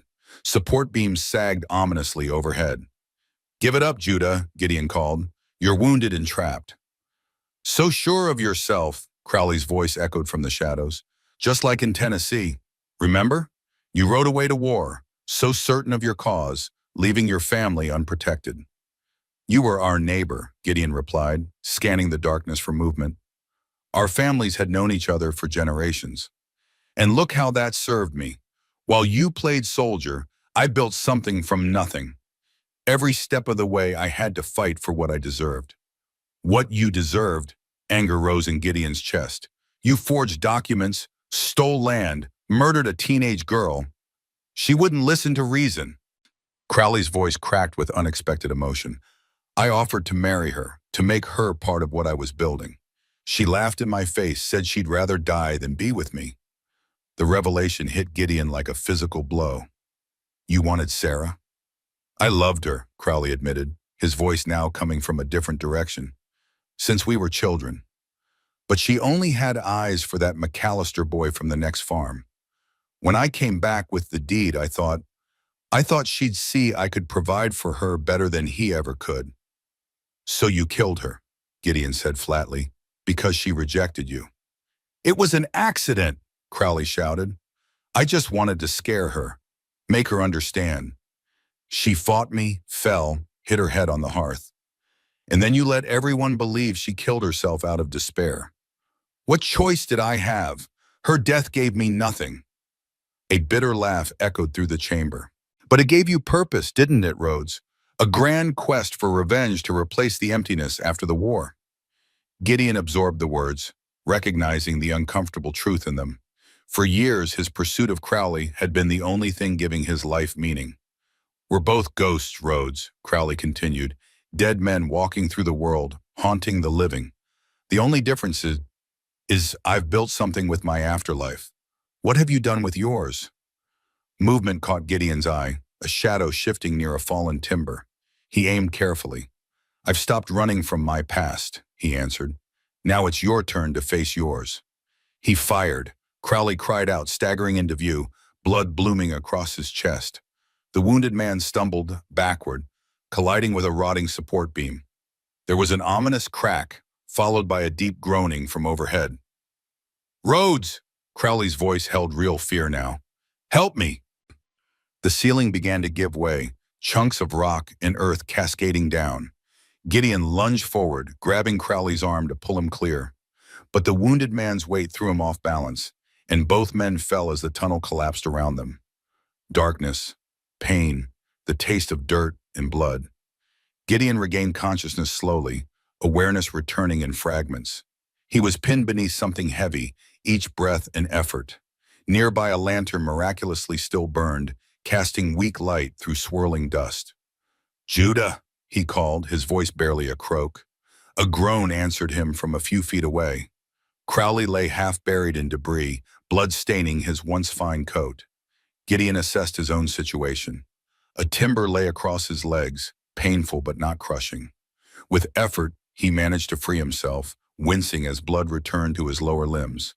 He crawled to Crowley, who watched him approach with a mixture of defiance and resignation. Come to finish it, Crowley wheezed. Gideon examined the man's injuries. The bullet wound was serious but not immediately fatal. The cave-in, however, had driven a jagged piece of wood through Crowley's side. Even if extracted, the internal damage would be catastrophic. "You're dying, Judah," Gideon said quietly. Crowley attempted a laugh that turned into a bloody cough. "At least, I took you with me." "Not yet." Gideon glanced upward, where a narrow shaft of daylight penetrated the collapse. "There's a way out. For you, maybe." Crowley's breathing grew more labored. "Fitting, isn't it? You'll emerge reborn, and I'll stay buried with my sins." Gideon considered his options. He could leave Crowley to die alone in the dark, a fate many would say he deserved. Or he could try to save the man who had murdered his sister, who had caused so much suffering. The choice seemed obvious. Yet as he looked at his old neighbor, now broken and bleeding, Gideon felt the burden of hatred beginning to slip away. What remained wasn't forgiveness. Some wounds ran too deep for that. But a recognition of their shared humanity. "I'm going for help," he said finally. Crowley's eyes widened in surprise. "Why? After everything?" "Because I'm not you," Gideon replied simply, "and because you need to stand trial for what you've done." He began clearing debris from the shaft of light, creating an opening large enough to climb through. As he worked, Crowley spoke again, his voice weaker. "Rhodes, the bellwoman, her husband. It wasn't just the mine records." Gideon paused. "What do you mean?" "He found letters, correspondence with buyers in San Francisco, proof of other arrangements." "What arrangements?" Crowley coughed, blood bubbling at his lips. "Railroad's not coming to Redemption Creek. Never was. The survey, the depot plans, all fiction. I've been selling worthless land to investors for years. When Bell discovered the truth, understanding dawned. You killed him to protect an even bigger fraud." "Progress requires sacrifice," Crowley murmured, his eyes beginning to lose focus. "Some must lose, for others to gain." "That's not progress," Gideon said. "That's just greed wearing a nicer coat." He returned to his work, eventually creating an opening wide enough to squeeze through. The shaft led upward about 15 feet to the surface. Gideon turned back to Crowley, who had grown alarmingly pale. "I'll send help," he promised. Crowley's laugh was barely audible. "Don't bother. Some debts can only be paid one way." His gaze met Gideon's. "For what it's worth, I am sorry about Sarah. Not the others, but her. Yes." Gideon said nothing. No words could bridge the chasm between them now. He climbed upward, muscles protesting every movement. When he reached the surface, he found himself on the hillside above the mine, the afternoon sun blinding after the darkness below. In the distance, Redemption Creek spread before him, smoke still rising from the Eagle's Nest fire. Beyond the town, he could just make out the outline of the hills where Clara and her children waited. Gideon Rhodes stood at a crossroads.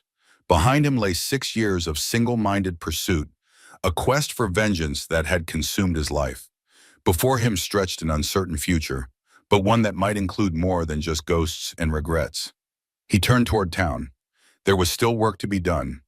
In Redemption Creek, word of the mine collapse spread quickly. When Gideon emerged from the hillside trail, he found a crowd gathered at the edge of town, led by Reverend Thomas. "Rhodes," the old man called out. "Thank the Lord you're alive. Henry told us everything." "Crowley's trapped in the mine," Gideon reported, "badly injured. We need men and equipment to dig him out." Murmurs ran through the crowd. "Why bother?" someone called. "After what he's done?" "Because we're better than him," Gideon replied, "and because he needs to answer for his crimes in court, not die alone in the dark." Reluctantly, several men volunteered to form a rescue party. As they gathered tools, Reverend Thomas drew Gideon aside. "Henry is safe at the Miller farm," he said quietly. "But there's something you should know. A rider arrived an hour ago, Federal Marshal Wilson. He was already on his way to investigate complaints about Crowley's land dealings." Hope surged in Gideon's chest. "Where is he now?" "At what's left of the Eagle's Nest, interviewing witnesses about the fire." The Reverend's eyes twinkled. "Some are proving quite talkative now that Crowley's grip on the town has loosened." Gideon nodded. "I need to find Clara. She has evidence that will be crucial to the marshal's investigation." "Go," Thomas urged. "I'll oversee the rescue effort, though between us, I doubt Crowley will live to see the inside of a courtroom." Gideon made his way through town, noting how differently people regarded him now, with respect rather than suspicion. News traveled fast in small communities, and it seemed the truth about Crowley was already reshaping perceptions. At the edge of town, he encountered a tall, weathered man with a silver star pinned to his vest, Marshall Wilson. The lawman regarded Gideon with professional assessment. "You must be Rhodes," he said. "Reverend Thomas mentioned you might have information about Jude Crowley's activities." "More than information," Gideon replied. "Documentation of fraud, murder, and land theft. It's safe with Clara Bell, widow of Thomas Bell, one of Crowley's victims." Wilson's eyes narrowed. "I remember you. Kansas, 68. You were a deputy marshal under Jenkins." "Yes, sir." "Heard you resigned to pursue a personal matter." The marshal studied him. "This it?" "Yes." Wilson nodded slowly. "Well, let's see this evidence. If it's as substantial as you claim, we can finally put an end to Crowley's operations. He's been on our radar for some time, but always managed to stay just within the law, or at least to eliminate witnesses who could prove otherwise." As they walked toward the cabin where Clara waited, Gideon felt a weight lifting from his shoulders. The chase was ending, not as he had imagined for so many years, but perhaps in a way that offered more genuine justice. The sun was beginning its descent behind the western mountains when they reached the cabin. Clara stood in the doorway, shotgun ready, until she recognized Gideon. Her face brightened with relief. "You came back," she said simply. "I promised I would." Henry and June rushed from the cabin, the boy throwing his arms around Gideon's waist, while the little girl clung to her mother's skirt, smiling shyly. "Did you get the bad man?" Henry asked. Gideon exchanged a glance with Clara over the children's heads. "He won't hurt anyone else," he answered truthfully. Marshal Wilson cleared his throat. "Mrs. Bell, I understand you have evidence regarding Jude Crowley's illegal activities." Clara nodded, retreating into the cabin and returning with the cash box. "My husband died for these," she said, handing it to the marshal. "They prove Crowley falsified mining records, committed fraud, and arranged multiple murders, including Thomas's." As Wilson examined the documents, his expression grew increasingly grim. "This is more than enough for a federal indictment," he confirmed. "Combined with witness statements I've already collected, Crowley's finished." "If he survives," Gideon added, "he's trapped in a mine collapse with serious injuries." "Men are digging him out now," Clara explained to Wilson. "Mr. Rhodes insisted we try to save him, despite everything." The marshal raised an eyebrow at Gideon. "That's so. After tracking him for years, you'd risk letting him live?" "Justice isn't about revenge," Gideon said, the words feeling right as he spoke them. "It's about restoration. The law should decide Crowley's fate, not me." Wilson studied him with newfound respect. "Jenkins always said you were one of the good ones." Looks like he was right. He closed the cash box. "I'll need formal statements from all of you, especially about the events of the past few days." As the marshal spoke with Clara about arrangements, Henry tugged at Gideon's sleeve. "Are you leaving now?" the boy asked, his voice small. "Now that the bad man is caught?" The question caught Gideon off guard. For years, his life had been defined by the pursuit of Crowley. He'd never allowed himself to consider what might come after. He looked at Clara, who was watching him with an unreadable expression. "I don't know, Henry," he answered honestly. "I haven't thought that far ahead." "You could stay," the boy suggested hopefully. "Ma says you were a lawman before. Maybe you could be sheriff now that Mr. Crowley isn't." The idea was unexpectedly appealing. Redemption Creek would need rebuilding after Crowley's downfall, new leadership, a return to honest governance. And there was Clara and her children, who had somehow become important to him in ways he hadn't anticipated. Before he could respond, a rider appeared on the trail from town. It was one of the men from the rescue party, his expression grave. "Rhodes," he called, dismounting. "You'd better come. Crowley's asking for you. Doctor says he won't last the night." Gideon stared at the messenger, processing his words. Crowley was dying and asking for him, a final confrontation between old enemies. "I'll come," he said finally, turning to Clara. "Marshal Wilson will stay with you until I return." Clara caught his arm. "Be careful.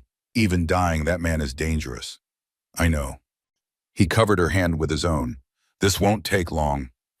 As Gideon mounted the messenger's horse for the ride back to town, Henry called after him. "Mr. Rhodes, you didn't answer about staying." The boy's question lingered in Gideon's mind as he rode, competing with thoughts of what awaited him. What would Crowley's final words be?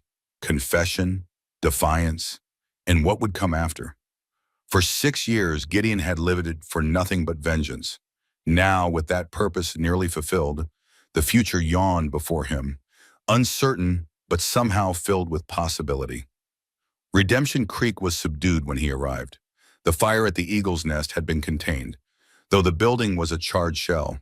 A crowd had gathered outside the doctor's house, where Crowley had been taken after being extracted from the mine. Reverend Thomas met Gideon at the door. "He's fading fast," the old man said quietly. "Dr. Milburn says his injuries are too severe, internal bleeding, collapsed lung. He's been asking for you since they brought him in." Gideon nodded. "Has he said anything about his crimes?" "Nothing specific, just keeps muttering about debts and payments." The Reverend hesitated. "I offered him last rites. He refused." Inside, the small front room had been converted to a makeshift surgery. The air was thick with the metallic scent of blood and the sharper tang of antiseptic. Dr. Milburn, a stout man with spectacles perched on his nose, looked up from his patient. "You're Rhodes?" he asked. "He's been calling for you. Not much time left." Crowley lay on a narrow cot, his complexion ashen, chest rising and falling in shallow, irregular breaths. Bandages covered his torso, already stained dark with blood. His eyes, once so cold and calculating, now seemed clouded with pain. "Judah," Gideon said quietly, approaching the bedside. Crowley's gaze focused with effort. "Rhodes." His voice was barely audible. "You, came. You asked for me. Didn't think you would." A wet cough racked his body. "Wanted to see your face. One last time." Gideon studied the dying man, Judah Collins, the neighbor boy from Tennessee who had become Jude Crowley, criminal and murderer. In death's approach, the veneer of sophistication had fallen away, leaving only the desperate child who had always wanted more than life offered him. "Why did you do it, Judah?" Gideon asked. "All of it. The land thefts, the killings. You could have built something legitimate." Crowley's laugh turned into another cough. "Legitimate? The war taught us all that matters is who's left standing." He paused, struggling for breath. "Your father looked down on mine. Poor dirt farmer. Not good enough. Wanted to show them all." "And Sarah? Was that about showing people too?" Pain that wasn't physical flickered across Crowley's face. "Sarah, mistake. Loved her. Still do." His hand clutched weakly at Gideon's sleeve. "Need to tell you something important." As Gideon leaned closer. "The railroad letters," Crowley whispered. "Not just fraud, something worse. Government officials, territorial governor, all involved, taking bribes to reroute surveys. You have proof of this? Safe? In my house. Behind portrait and study. Combination. 7, 16, 43. His breathing grew more labored. "Insurance, in case they turned on me. Now, yours." Gideon straightened, processing the implications. If what Crowley said was true, the corruption extended far beyond Redemption Creek, reaching into the highest levels of the territorial government. "Why tell me this?" he asked. Crowley's eyes, growing dimmer by the minute, fixed on his. "Because you're the only honest man I ever knew, even when I hated you. Respected that." The confession hung in the air between them, a strange epitaph for a lifetime of enmity. "I forgive you for the land," Gideon said after a long silence, "for what you did to me. But Sarah, Thomas Bell, the others, that forgiveness isn't mine to give." Crowley nodded faintly. "Fair enough." His voice grew weaker. "What happens to Redemption Creek now?" "It starts over, rebuilds, without lies this time. Town needs a leader, someone honest." Crowley's hand fell away from Gideon's sleeve. "Should be you." Before Gideon could respond, Crowley's eyes fixed on something beyond the room. "Sarah," he whispered, "is that you? I've been looking for you." His chest rose once more, then stilled. Dr. Milburn stepped forward, checking for a pulse, then shook his head. "He's gone." Gideon stood in silence, a complex mix of emotions washing over him. The man who had haunted his life for 6 years was dead, yet there was no satisfaction in it, no sense of triumph, only a hollow finality. Outside, he found Reverend Thomas waiting. "It's done," Gideon said simply. The old man nodded. "His sins go with him to judgment. May God have more mercy than he showed others." "He told me something before he died," Gideon said, lowering his voice, "about corruption in the territorial government. Evidence in his safe. I need to retrieve it before anyone else does." The Reverend's eyebrows rose. "More snakes in the nest, eh?" "I'm not surprised. Men like Crowley rarely operate entirely alone." Together they made their way to Crowley's mansion on the hill overlooking the town. The house was eerily silent, the servants having fled when news of their employer's injuries spread. In the study, a large portrait of Crowley in his prime dominated one wall. Behind it, as he had said, was a wall safe. The combination worked: 7, 16, 43. Inside, Gideon found stacks of papers, bundles of cash, and a small leather portfolio. This last contained what Crowley had described: letters and telegrams between Crowley and various government officials, detailing bribes paid to ensure the railroad would bypass Redemption Creek in favor of a competing town where these same officials had secretly invested. "My God," Reverend Thomas breathed, reading over Gideon's shoulder. They were using Crowley as their agent, letting him defraud the townspeople while they profited elsewhere. And when Crowley outlived his usefulness, they would have abandoned him, and Redemption Creek with him. Gideon carefully returned the documents to the portfolio. "Marshal Wilson needs to see these immediately." As they prepared to leave, Gideon paused, his attention caught by a small wooden box on Crowley's desk. Inside lay a locket, old and tarnished, but familiar. He had seen it before, around his sister's neck. "Sarah's," he said quietly, lifting it. Inside was a miniature portrait of their mother, painted years before her death. "He kept it all this time. Even the devil can love something," the Reverend observed, "though it rarely changes his nature." Gideon pocketed the locket and gathered the evidence. As they stepped outside, they found the town's mood had shifted. Word of Crowley's death had spread, and people were gathering in the street, uncertainty on their faces. "What happens now?" someone called when they spotted Gideon. "Who's in charge?" Others joined in, questions overlapping. "What about our bobs? So no. Will the bank still honor our accounts? Is the railroad still coming?" Gideon looked at the faces before him. Miners, shopkeepers, farmers, all victims of Crowley's schemes, yet all dependent on the structures he had built. The truth would devastate many of them, especially the revelation about the railroad. "There's going to be a town meeting," Gideon announced. "Tomorrow at noon. Marshal Wilson will be there to explain what happens next. Until then, everyone stay calm and look after your neighbors." The crowd dispersed slowly, some appearing relieved that someone was taking Bernard and others still wary. Gideon caught fragments of conversation as people passed, his name mentioned with varying degrees of respect and suspicion. "They're looking to you now," Reverend Thomas observed, "whether you want it or not." "I'm not staying," Gideon replied automatically, then paused, considering Henry's question from earlier. "At least I hadn't planned to." "Plans change," the old man said with a knowing smile, "especially when they encounter a determined widow and her children." Gideon couldn't help but return the smile. "Let's find Marshal Wilson. There's much to discuss before tomorrow's meeting." They found Wilson at the jail, reviewing documents seized from Crowley's office. The marshal's expression grew increasingly grave as Gideon presented the portfolio from the safe. "This implicates Governor Potts himself," Wilson said, examining a particularly damning telegram. "And 2 territorial judges. No wonder Crowley operated with such impunity." "What happens now?" Gideon asked. Wilson sighed heavily. "Legally, these documents need to go to the U.S. Attorney in Helena. Realistically, powerful men will try to bury this." He looked up at Gideon. "I could use a deputy I trust to help me ensure that doesn't happen." The offer hung in the air, unexpected yet somehow fitting. Before Gideon could respond, another visitor arrived, Clara Bell, accompanied by her children. "We heard about Crowley," she said, eyes searching Gideon's face. "Are you all right?" "I am," he replied, surprised to find it was true.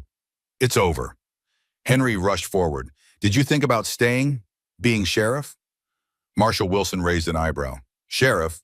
I just offered him a position as federal deputy, which would take him away from Redemption Creek, Clara observed, her expression carefully neutral. Gideon looked between them, Wilson representing a return to his former life of duty and purpose. Clara and her children offering something he hadn't allowed himself to want in years. And Reverend Thomas, watching with the patient wisdom of one who had seen many lives change course. I need time to consider, he said finally. After tomorrow's town meeting, perhaps. Wilson nodded. Fair enough. I'll ride to Fort Benton with these documents tomorrow, secure them in the federal safe there. Whatever you decide, Rhodes, I expect you at the territorial courthouse in Helena in 2 weeks when this case begins to unfold. After the marshal departed to make arrangements for the evidence, Gideon found himself alone with Clara and the children in the small jail office. June had overcome her shyness, sitting on a bench and swinging her legs while Henry examined the sheriff's badge that lay abandoned on the desk. You could do good here, Clara said softly. The town needs someone they can trust. And you? Gideon asked. What do you need? Her eyes met his, direct and honest. A fresh start, a chance to rebuild without fear, and she hesitated. Someone who understands what it means to lose everything and find your way back. The simplicity of her answer touched something deep within him. For years, he had defined himself by what he had lost. Family, home, purpose. Now, standing in this small office in a town being reborn, he glimpsed the possibility of defining it himself by what he might gain. I'm not the man I was before all this, he warned. The war, the years hunting Crowley, they've changed me. We've all changed, Clara replied. That's not what matters. What matters is who we choose to be now. Henry looked up from the badge. If you were sheriff, would you teach me to shoot better? Not to hurt anyone, he added quickly, but to hunt and protect our home. The question carried the weight of the boy's experience, having already fired a gun in defense of someone he cared about, a burden no child should bear. I'd teach you respect for the weapon, Gideon answered it carefully, and how to use it responsibly. But I'd also teach you that a gun should always be the last resort, not the first. Clara watched this exchange with a complicated expression, a mother's concern mixed with the recognition that her son had already crossed a threshold most men never faced. What about our house? June asked suddenly, her small voice startling in the quiet room. Can we go home now that the bad man is gone? The innocent question brought them back to practical matters. With Crowley dead, what would happen to the properties he had seized, the businesses he had controlled, the lives he had disrupted? That's something we'll need to sort out at tomorrow's meeting, Gideon said. But yes, I believe you'll be able to go home soon. Where will you sleep tonight? Henry asked. Our lean-to burned down. The Reverend has offered his spare room for your family, Gideon told Clara. It's the safest place in town right now. And you? I'll stay here at the jail. Someone needs to maintain order until things settle. Clara nodded, though disappointment flickered briefly across her face. We should go then. It's been a long day for the children. As they prepared to leave, June surprised everyone by approaching Gideon and slipping her small hand into his. Thank you for saving Mama, she said solemnly, speaking more words at once than he had heard from her since their first meeting. Gideon crouched to her level. Your Mama's very brave. She saved herself, and me too in a way. The little girl considered this, then nodded as if it confirmed something she already knew. Will you come for breakfast tomorrow? Mama makes good biscuits when we have flour. The simple invitation, offered with a child's directness, brought an unexpected lump to Gideon's throat. I'd like that very much. After they left, Gideon made his rounds of the town. Without Crowley's men enforcing their brand of order, he half expected to find chaos. Instead, he discovered a community already beginning to reorganize itself. Neighbors who had kept their distance under Crowley's reign now gathered on porches, sharing information and resources. The burned-out shell of the eagle's nest was being cleared by volunteers. Even the vagrants Crowley had threatened with expulsion were being welcomed into homes with spare rooms. Adversity, it seemed, had revealed the true character of Redemption Creek. Not the greed and fear Crowley had cultivated, but resilience and solidarity. As night fell, Gideon returned to the jail, lighting a lantern in the office. On the desk lay Sarah's locket, retrieved from Crowley's study. He opened it, gazing at his mother's faded portrait. For years, he had carried the weight of his failure to protect Sarah. Now, with her locket returned and her killer answering to a higher justice, perhaps he could finally lay that burden down. He was about to extinguish the lamp when a knock came at the door. Reverend Thomas entered, carrying a tray with coffee and bread. "Thought you might need sustenance," the old man said. "It's been a momentous day." "Thank you." Gideon gratefully accepted the food, realizing he hadn't eaten since morning. "How are Clara and the children settling in?" "Well enough. June is already asleep. Henry wanted to come with me, but his mother insisted he rest." The Reverend settled into a chair. "That boy looks at you like you hung the moon, you know." Gideon shifted uncomfortably. "He needs a father figure. Any man who showed him kindness would receive the same admiration." "Perhaps, or perhaps he recognizes something in you that you've forgotten yourself." The old man's eyes were kind but penetrating. A capacity for justice tempered with mercy. Not many men would have tried to save their sister's murderer from a mind collapse. "It wasn't about Crowley," Gideon admitted. "It was about who I wanted to be, who I needed to be again." "And who is that?" The question hung in the air as Gideon considered his answer. "Someone who believes in something beyond vengeance. Someone who builds rather than destroys." Reverend Thomas nodded approvingly. "The town meeting tomorrow will be crucial. People are frightened, confused. They need direction." "What will you tell them about the railroad?" "The truth could devastate the town's economy completely." "The truth often hurts before it heals," the Reverend replied. "But lies, even comforting ones, poison everything they touch. That's Crowley's legacy, a town built on deception." Gideon nodded slowly. "Then we tell them everything, the good and the bad, and we help them find a new path forward." "We?" The old man raised an eyebrow. "Figure of speech," Gideon said quickly. "Is it?" Thomas smiled. "I've watched you these past days, son. You care about this place, these people, more than you're willing to admit." "I've been running so long," Gideon confessed, "chasing ghosts, living for revenge. I'm not sure I remember how to stay in one place, how to build something lasting." "Nobody does, until they try." The Reverend rose to leave. "Consider what Marshall Wilson offered. A badge can be a burden, but it can also be a purpose." After Thomas departed, Gideon tried to rest on the narrow cot in the corner of the office.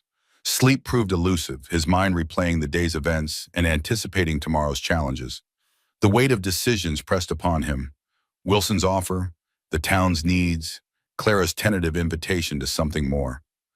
Dawn found him at the window, watching Redemption Creek awaken. The town looked different somehow, as if Crowley's death had already begun to lift a shadow from the buildings and streets. Or perhaps it was Gideon's perception that had changed, seeing possibilities where before he had only noted dangers and escape routes. He washed and shaved carefully, studying his reflection in the small mirror. The scar that cut across his face had faded somewhat over the years, but remained a vivid reminder of Antietam, of the young man who had ridden off to war, believing in clear divisions between right and wrong. That simplicity was gone, but in its place had grown a more nuanced understanding of justice and mercy. As promised, he joined Clara and her children for breakfast at the church parsonage. The domesticity of the scene struck him. June setting the table, Henry pumping water for washing, Clara at the stove, her hair caught up in a simple knot. It was a tableau of ordinary life, the kind he had forgotten existed during his years of pursuit. "You look like you slept poorly," Clara observed, setting a plate of biscuits before him. "Much to think about," he replied. "The town meeting? That and other matters?" Her eyes met his briefly. "Have you decided about Marshall Wilson's offer?" "Not yet." He watched as she poured coffee. "What about you? Will you stay in Redemption Creek?" "It's our home," she said simply. "Thomas built our house with his own hands. His dreams are in every board and nail. I won't abandon that easily." Henry joined the conversation.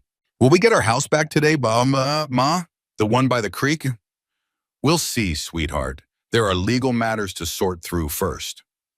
"Mr. Rhodes can help," the boy said confidently. "He knows about laws." Gideon smiled despite himself. "Some laws, but property disputes can be complicated, especially with Crowley's affairs in such disarray." Clara's expression grew serious. "Is it true what people are saying, that the railroad was never coming?" He hesitated, then nodded. "I'm afraid so. Crowley was working with corrupt officials to route it elsewhere. It was all an elaborate fraud to inflate land values and attract investment. Then what happens to the town? Without the railroad, the mines played out. She left the question hanging. That's what we'll discuss at the meeting. There are options, Clara. Redemption Creek doesn't have to die with Crowley's schemes. After breakfast, Gideon walked with them to the town square, where a platform had been erected for the meeting. Already a crowd was gathering, nearly every resident of Redemption Creek, plus farmers and ranchers from the surrounding countryside. Marshal Wilson stood at the edge of the square, talking with several prominent citizens. Quite a turnout, the marshal observed as Gideon approached. Word travels fast. They're worried about their future, Gideon replied. Without Crowley, without the promised railroad, many fear the town is finished. And what do you think? Gideon surveyed the gathering. Despite their anxiety, these people had shown remarkable resilience. They had survived Crowley's oppression, the boom and bust of the mining industry, and the harsh demands of frontier life. I think they're stronger than they realize, he said finally, but they need leadership they can trust, a vision beyond Crowley's lies. Wilson nodded. That's why my offer stands.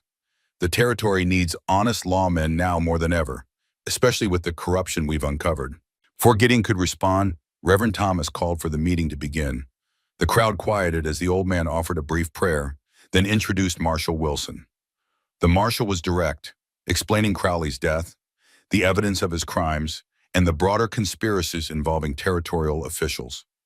A murmur of shock rippled through the gathering at the revelation that the railroad had been a fabrication. What does this mean for our land? Someone called out. The deeds Crowley issued? A federal judge will review all transactions, Wilson replied. Those obtained fraudulently will be invalidated. Legitimate purchases will stand. And the bank? Asked the town's barber. Our savings? Federal examiners will audit the accounts. Deposits should be secure, though there may be a temporary freeze while the investigation proceeds. The questions continued, practical concerns about jobs, businesses, the town's very survival. Wilson answered as best he could, but it became clear that many issues would require local solutions beyond the scope of federal intervention. Finally, the marshal addressed the future of law enforcement.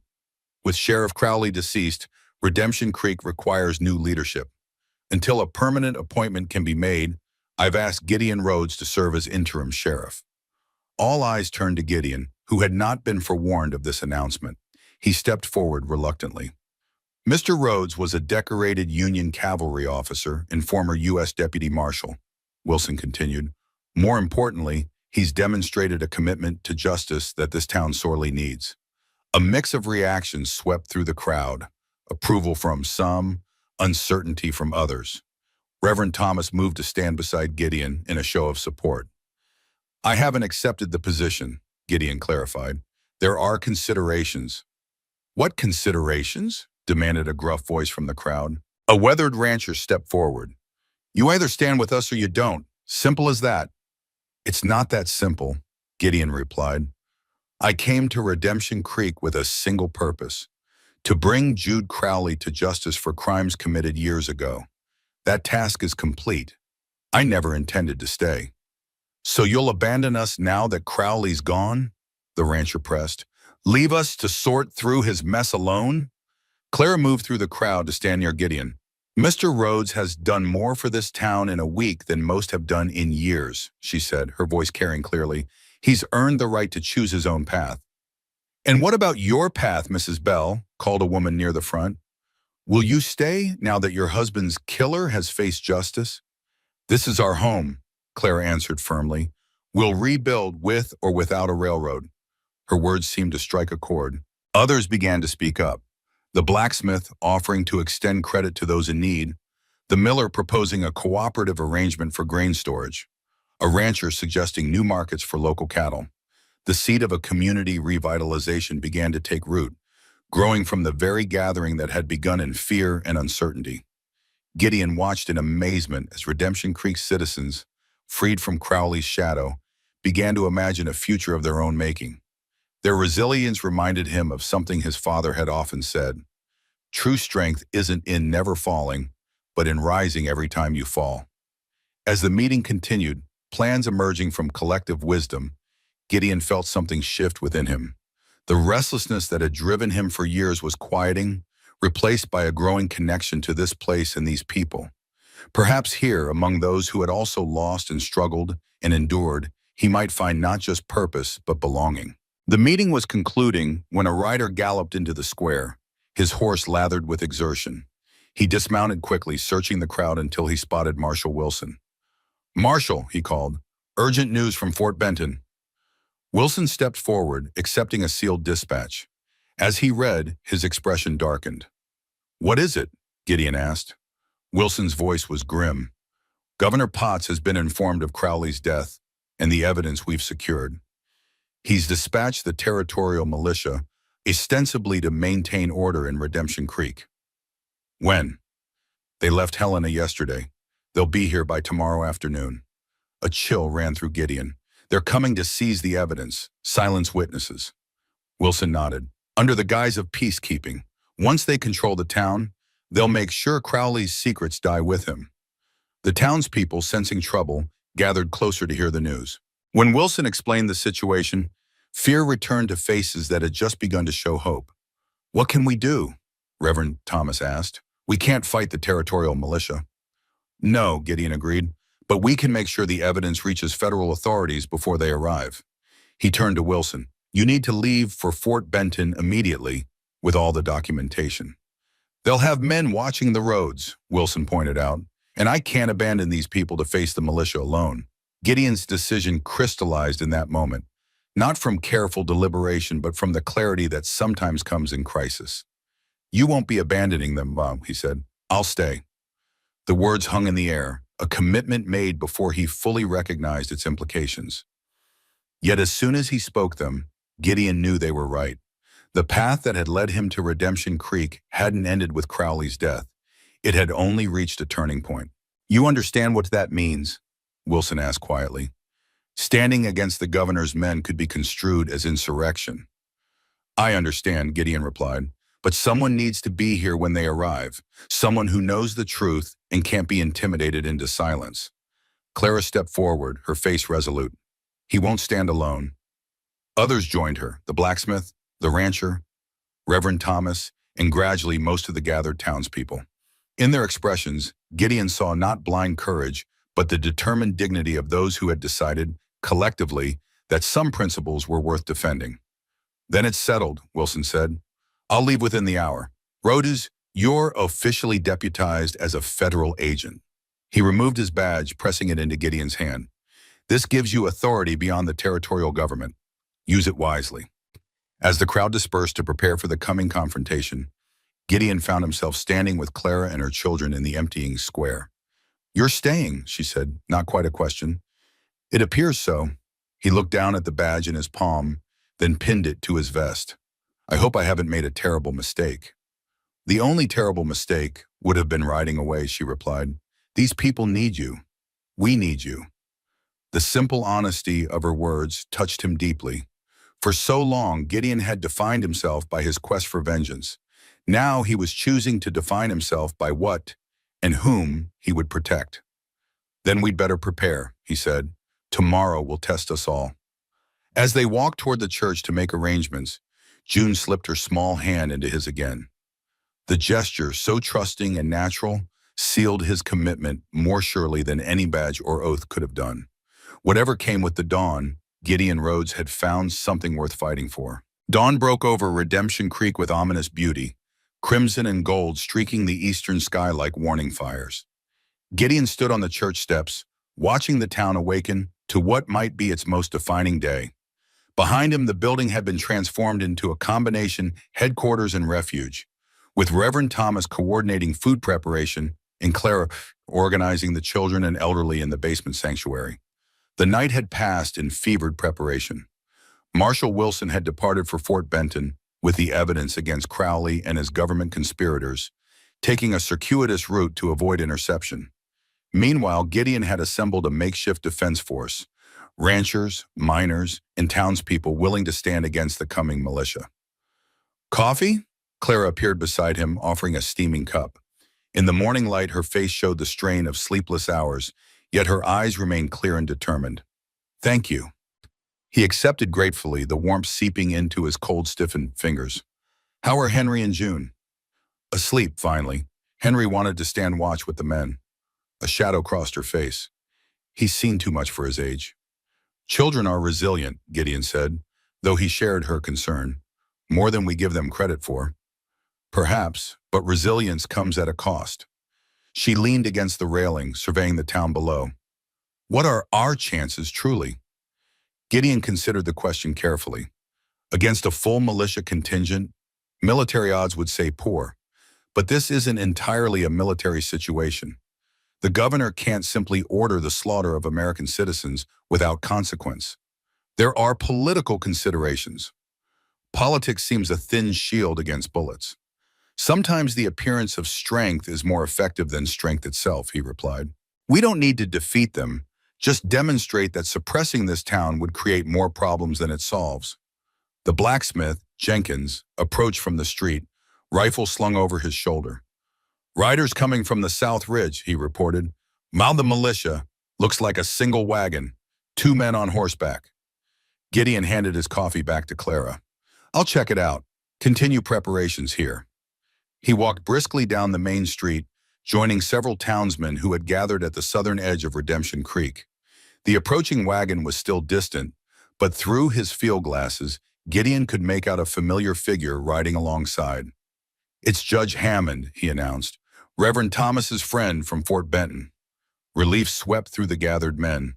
The arrival of a federal judge, particularly one not beholden to the territorial government, could dramatically alter the day's dynamics. Who's with him? Asked Miller, the livery stable owner. Gideon adjusted the field glasses. Looks like newspapermen. I see camera equipment. This was unexpected and potentially game-changing. The presence of the press meant whatever happened in Redemption Creek would not remain hidden. The wagon rolled into town 20 minutes later. Judge Hammond, a stout man with iron-gray hair and formidable side whiskers, dismounted with the vigor of someone half his 70 years. The men accompanying him were indeed journalists, William Scott of the Helena Independent and Edward Calvert of the more widely circulated Rocky Mountain News. Judge Hammond, Gideon greeted, extending his hand. Your arrival is timely, if unexpected. When Reverend Thomas's messenger reached me, I suspected trouble, the judge replied, his grip firm. Marshal Wilson's arrival yesterday confirmed it. The marshal briefed me on the situation before continuing to Fort Benton with the evidence. And the newsmen? Hammond's eyes twinkled beneath bushy brows. An old judge learns a few tricks. The territorial militia is less likely to commit excesses under the scrutiny of the Fourth Estate. Scott, a wiry man with ink-stained fingers, stepped forward. Judge Hammond telegraphed us with promises of the most significant corruption story since the Credit Mobilier scandal. Journalistic curiosity did the rest. Plus, added Calvert, a more distinguished figure with a carefully trimmed beard, the Rocky Mountain News has been investigating Governor Potts's railroad dealings for months. This could be the piece that ties it all together. Gideon led the men to the church where the town's leadership had gathered. Introductions were made, and Judge Hammond laid out his assessment of the situation. Legally, Governor Potts has the authority to deploy the militia to maintain order, the judge explained. But that authority doesn't extend to suppressing evidence of criminal conspiracy or intimidating witnesses. The presence of a federal judge, namely myself, complicates his position considerably. Will that stop them from coming? Claire asked. Unlikely, but it changes what they can do when they arrive. Hammond removed a document from his coat. I've prepared federal subpoenas for all potential witnesses to Crowley's crimes. Once served, any interference with these witnesses becomes obstruction of federal justice, a serious offense even for a territorial governor. For the first time since Wilson's departure, Gideon felt the balance shifting in their favor. Hammond's legal maneuvers wouldn't prevent confrontation, but they provided a framework of legitimacy for Redemption Creek's resistance. As the meeting continued, Reverend Thomas distributed the subpoenas, and the journalists began interviewing townspeople about Crowley's reign. Gideon pulled Judge Hammond aside. There's something you should know, he said quietly. Yesterday, before he died, Crowley confessed to my sister's murder. It wasn't just land fraud that brought me here. Hammond studied him carefully. Personal vengeance, then? Initially, yes, but it became something more. Gideon glanced toward Clara, who was speaking with the journalists. This town deserves a chance at a legitimate future. These people have suffered enough under corruption. And you? What future do you envision for yourself now that your sister's killer has answered for his crimes? Before Gideon could respond, a commotion erupted outside. Henry burst through the church doors, breathless. "Riders coming," he gasped. "Lots of them, from the East Road." Gideon moved quickly to the bell tower, climbing to a position that afforded a clear view of the approaching force. What he saw confirmed their worst fears. At least 30 mounted men in territorial militia uniforms, led by a figure in a captain's uniform. "They're here," he announced, descending to the main floor, earlier than expected. "How many?" Judge Hammond asked. 30, perhaps 35. Armed, disciplined." The judge nodded grimly. "As I suspected, Captain Reeves commands the Helena detachment, a capable officer but one known for his loyalty to the governor." "What's our plan?" Clara asked, gathering June into her arms while Henry pressed close to her side. Gideon looked around the room, at the journalist scribbling notes, the judge reviewing his legal documents, the townspeople watching him with a mixture of fear and resolve. The weight of responsibility settled on his shoulders, heavier than any he had carried since commanding men in battle. "We meet them openly," he decided, "in the town square, not barricaded in the church.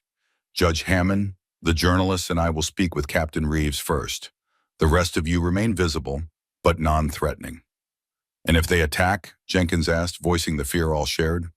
"They won't," Gideon said with more confidence than he felt. "Not with the press watching and a federal judge present. The governor wants to silence this scandal, not create a bigger one." As the militia entered town, Redemption Creek citizens gathered in the square. Gideon positioned himself at the front, Judge Hammond and the journalist flanking him.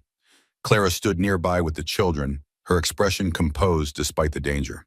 The militia formed a semicircle at the edge of the square, rifles ready but not yet aimed. Captain Reeves, a trim man with a waxed mustache and cold eyes, dismounted and approached. "I am Captain James Reeves of the Montana Territorial Militia," he announced. "By order of Governor Potts, I am assuming control of this settlement to restore order following the death of Sheriff Crowley." Gideon stepped forward, federal badge prominently displayed. "Deputy U.S. Marshal Gideon Rhodes. This town is already under federal jurisdiction, Captain. Your services aren't required." Reeves's eyes narrowed at the badge. "I have my orders, Marshal. The governor is concerned about reports of vigilante activity and destruction of territorial property." "Your concern is noted," Judge Hammond interjected, moving to stand beside Gideon. "I am Federal Judge Ezekiel Hammond of the Ninth Circuit. I've issued federal subpoenas to the citizens of Redemption Creek as witnesses in an investigation of criminal conspiracy involving the late Jude Crowley and certain territorial officials." The captain's composure slipped momentarily. "I was not informed of federal involvement." "Clearly," Hammond replied dryly. "Nevertheless, any interference with these witnesses now constitutes obstruction of justice. I trust the governor would not wish to add that charge to the existing investigation." The journalists had positioned themselves conspicuously, Calvert setting up a camera while Scott openly took notes on the exchange. Their presence clearly unsettled Reeves, who glanced repeatedly in their direction. "The governor's orders are to secure the town and any documents pertaining to territorial business," Reeves insisted, though with diminished certainty. "Any such documents are already in federal custody," Gideon informed him. "Marshal Wilson departed for Fort Benton yesterday with evidence of criminal conspiracy involving Governor Potts and several territorial officials in a fraudulent railroad scheme." This news visibly shook Reeves. He stepped back, consulting briefly with his lieutenant before turning again to Gideon. "I must verify these claims with Helena," he said stiffly. "Until then, my men will establish a perimeter around the town. No one enters or leaves without my authorization." "That would impede a federal investigation," Hammond objected. "Unacceptable, Captain." The standoff continued, tension building as neither side yielded. Gideon sensed Reeves weighing his options, caught between his orders and the unexpected complications before him. The balance tipped when Calvert called out, "Captain Reeves, the Rocky Mountain News would appreciate your statement regarding Governor Potts's involvement in the railroad fraud. Do you support the governor's actions, or are you simply following orders?" The public question, with its implicit comparison to the defense of war criminals, struck home. Reeves's face flushed with anger, but he recognized the trap. Violence now would only confirm the worst suspicions about the governor's intentions. "My men will establish camp outside town," he announced finally. "We will maintain order, but not interfere with legitimate federal business. I will communicate with Helena for further instructions." It wasn't surrender, but it was a significant retreat from his original position. As Reeves withdrew to organize his men, a collective breath of relief passed through the townspeople. "Well played," Judge Hammond murmured to Gideon, "but this is merely a postponement, not a resolution. Once Reeves confirms with Helena that the governor's scheme is exposed, the real pressure will begin." "By then, Wilson should have reached Fort Benton with the evidence," Gideon replied, "and these journalists will have filed their initial reports." Indeed, the court of public opinion moves faster than any judicial proceeding. Hammond glanced toward the militia. "Still, I wouldn't rest easy yet. Desperate men take desperate measures." The day progressed in uneasy détente.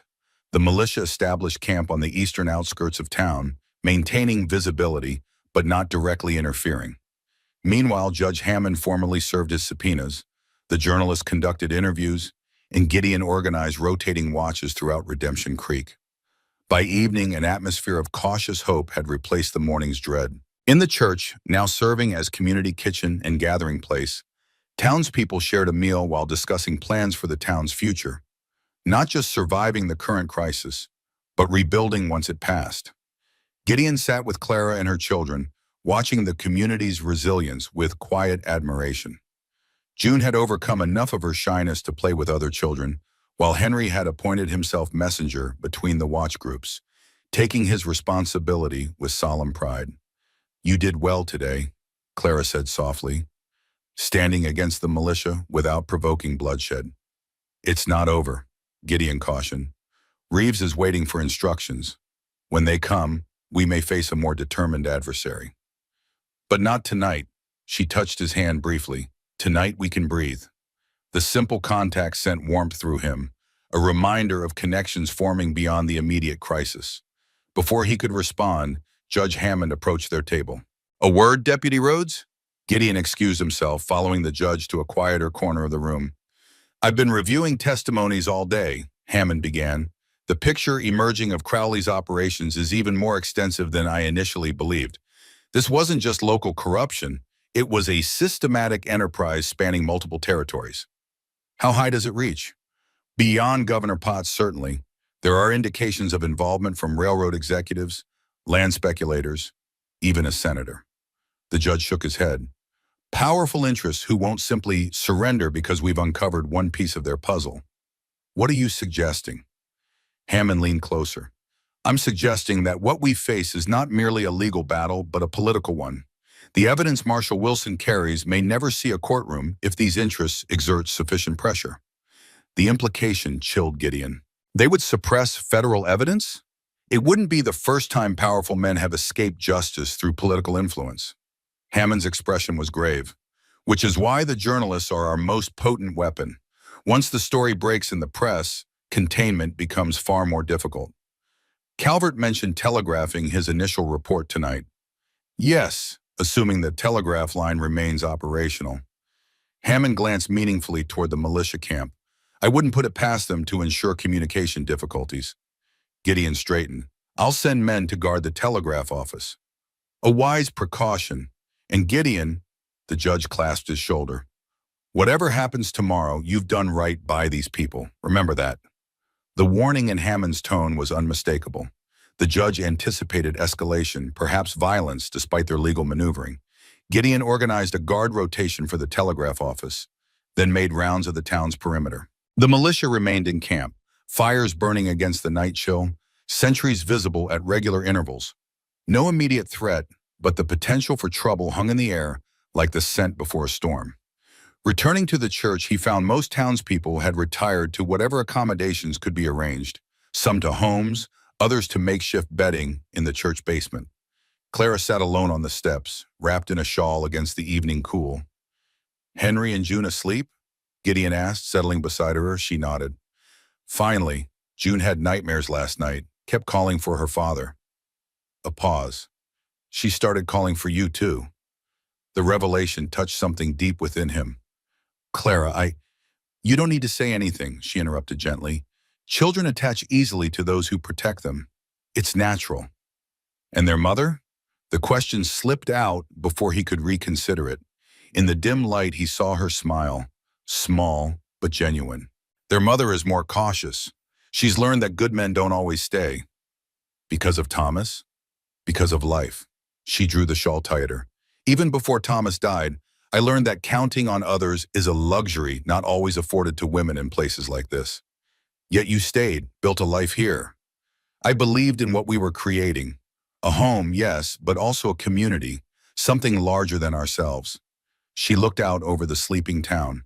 That's what Crowley stole, not just lives and property, but possibility, the chance to build something worthy. Her words resonated with Gideon's own emerging sense of purpose. For years, he had defined himself by what he opposed: Crowley, injustice, the past. Now, in this unlikely place, he glimpsed the opportunity to define himself by what he might help create.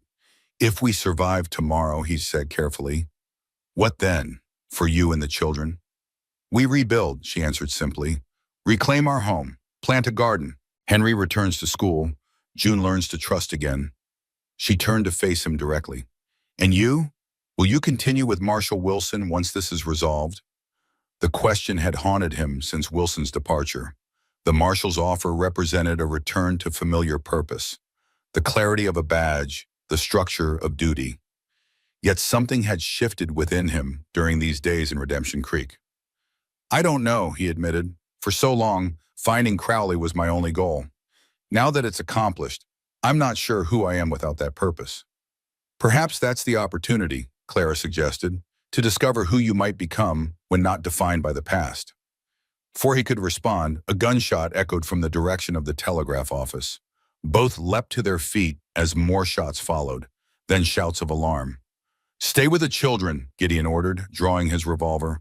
Keep everyone inside the church. He ran toward the commotion, joined by several townsmen emerging from nearby buildings. At the telegraph office, they found chaos. Two of Gideon's guards exchanging fire with figures retreating toward the militia camp. Inside, the telegrapher lay wounded, blood seeping from a shoulder injury. What happened? Gideon demanded, helping the man to a sitting position.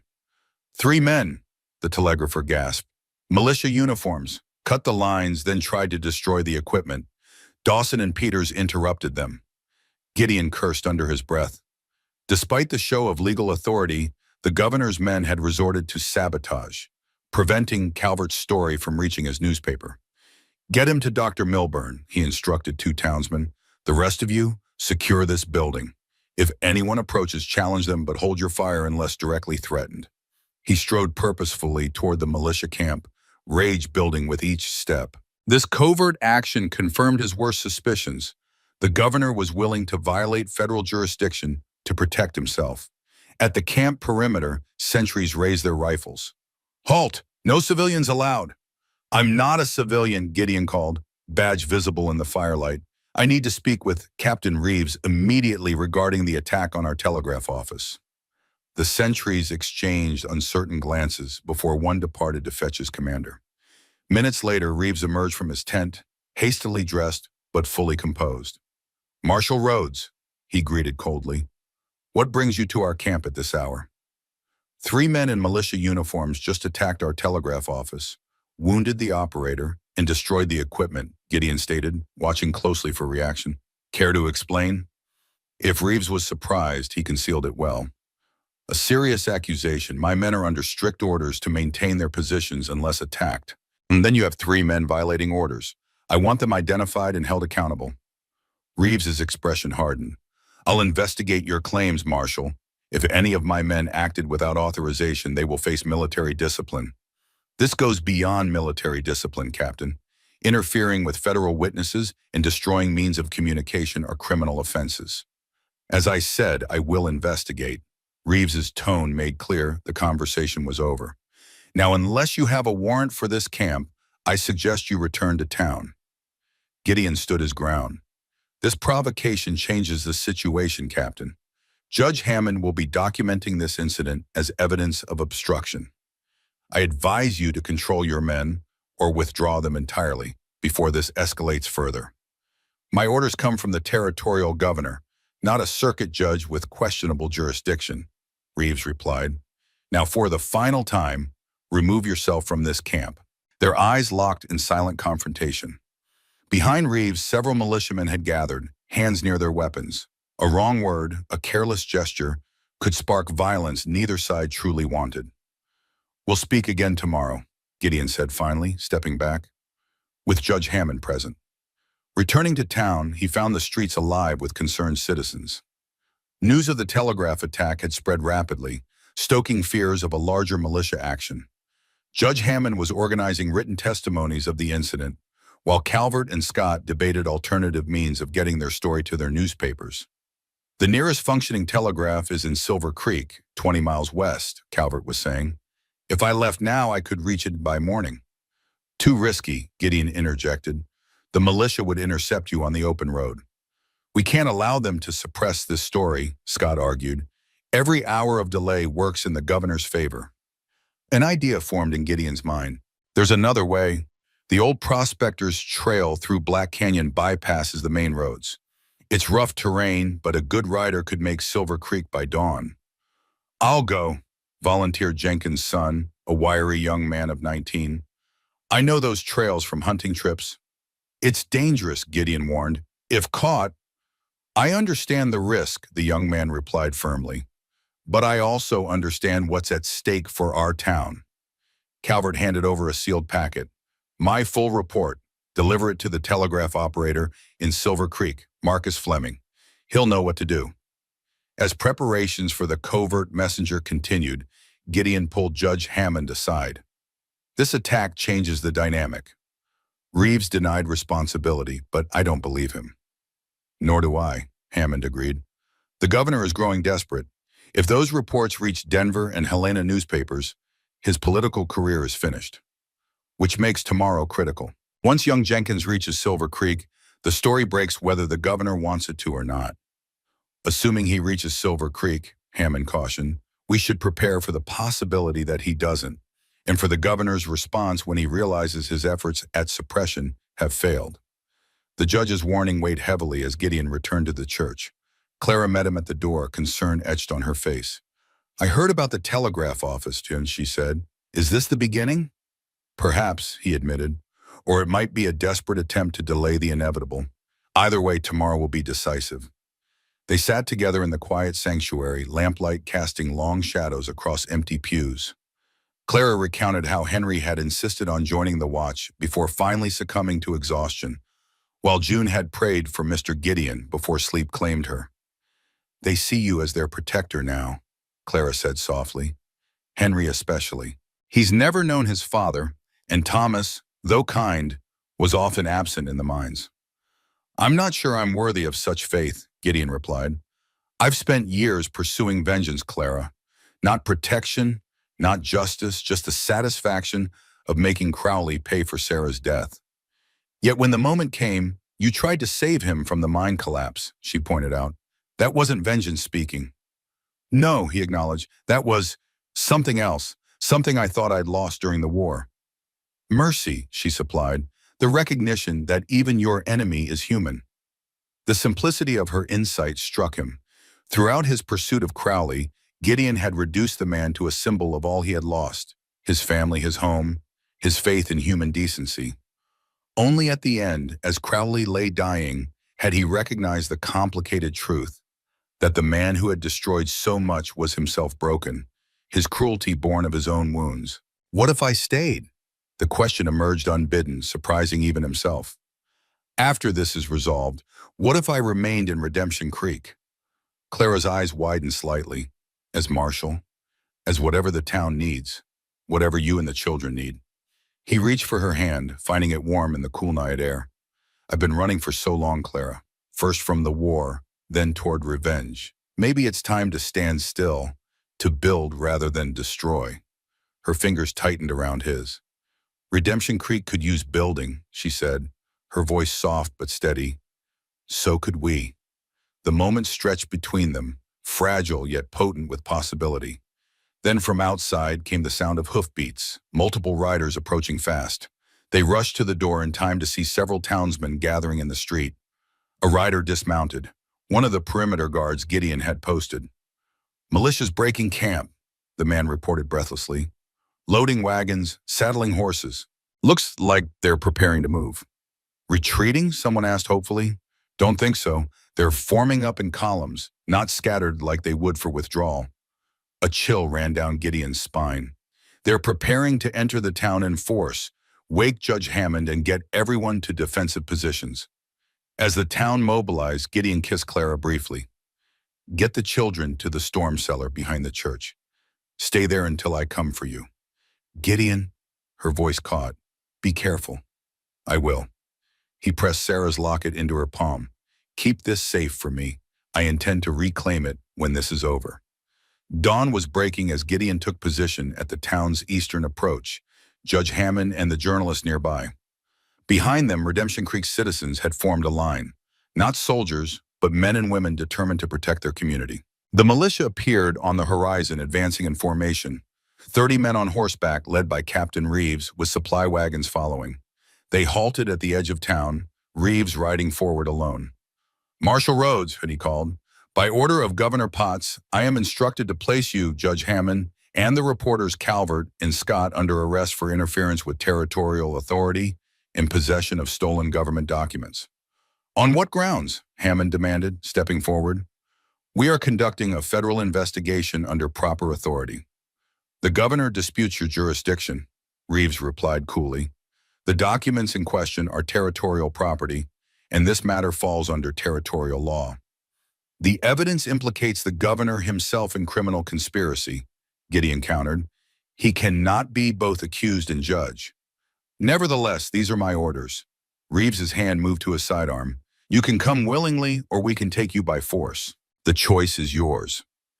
The moment balanced on a knife's edge, 30 armed militiamen against townspeople with hunting rifles and determination. Violence seemed inevitable. Then, from the western road came the sound of many horses. All eyes turned to see a column of riders approaching. U.S. Army cavalry, 20 strong, the American flag flying at their head. Beside the commanding officer rode Marshal Wilson. "It appears you have competition for my arrest, Captain," Gideon observed dryly. The cavalry unit arrived at a gallop, taking position between the militia and the town. Their commander, a tall man with captain's bars and a weathered face, dismounted and approached. "Captain Reeves," he greeted with cold formality, "I am Captain Michael Hardin, 2nd U.S. Cavalry. By order of General Terry, commanding the Department of Dakota, I am instructed to ensure the safety of federal officers and witnesses in Redemption Creek." Reeves's face flushed. "This is a territorial matter, Captain Hardin. Your presence is neither requested nor required." "On the contrary," Hardin replied, producing a document. "General Terry received direct instructions from the War Department following reports of territorial militia threatening federal judicial proceedings. My orders supersede any territorial authority." Marshal Wilson joined them, satisfaction evident in his stride. "The evidence reached Fort Benton safely, Rhodes. It's already been dispatched to Washington with military courier. And," he grinned, "young Jenkins reached Silver Creek. Calvert's story will be in tomorrow's Rocky Mountain News." The revelations struck Reeves like physical blows. His authority crumbling, he made one final attempt to salvage his position. "My orders from Governor Potts." "Governor Potts has more immediate concerns," Wilson interrupted. "A federal grand jury has been convened in Helena to consider indictments for conspiracy, fraud, and corruption. The governor's chief of staff surrendered this morning, offering testimony in exchange for leniency." The fight visibly drained from Reeves, his shoulders sagging. He turned to his men. "Stand down, we're returning to Helena." As the militia withdrew, a cheer erupted from the townspeople. The confrontation had ended not with bloodshed, but with the triumph of law, imperfect and sometimes slow, but ultimately stronger than the corrupt power it opposed. In the days that followed, Redemption Creek began its transformation. Federal investigators arrived to untangle Crowley's affairs, restoring properties to rightful owners and establishing legitimate titles. The bank reopened under temporary federal management, securing depositors' funds. Judge Hammond held court in the church, hearing testimony that would form the backbone of the coming trials.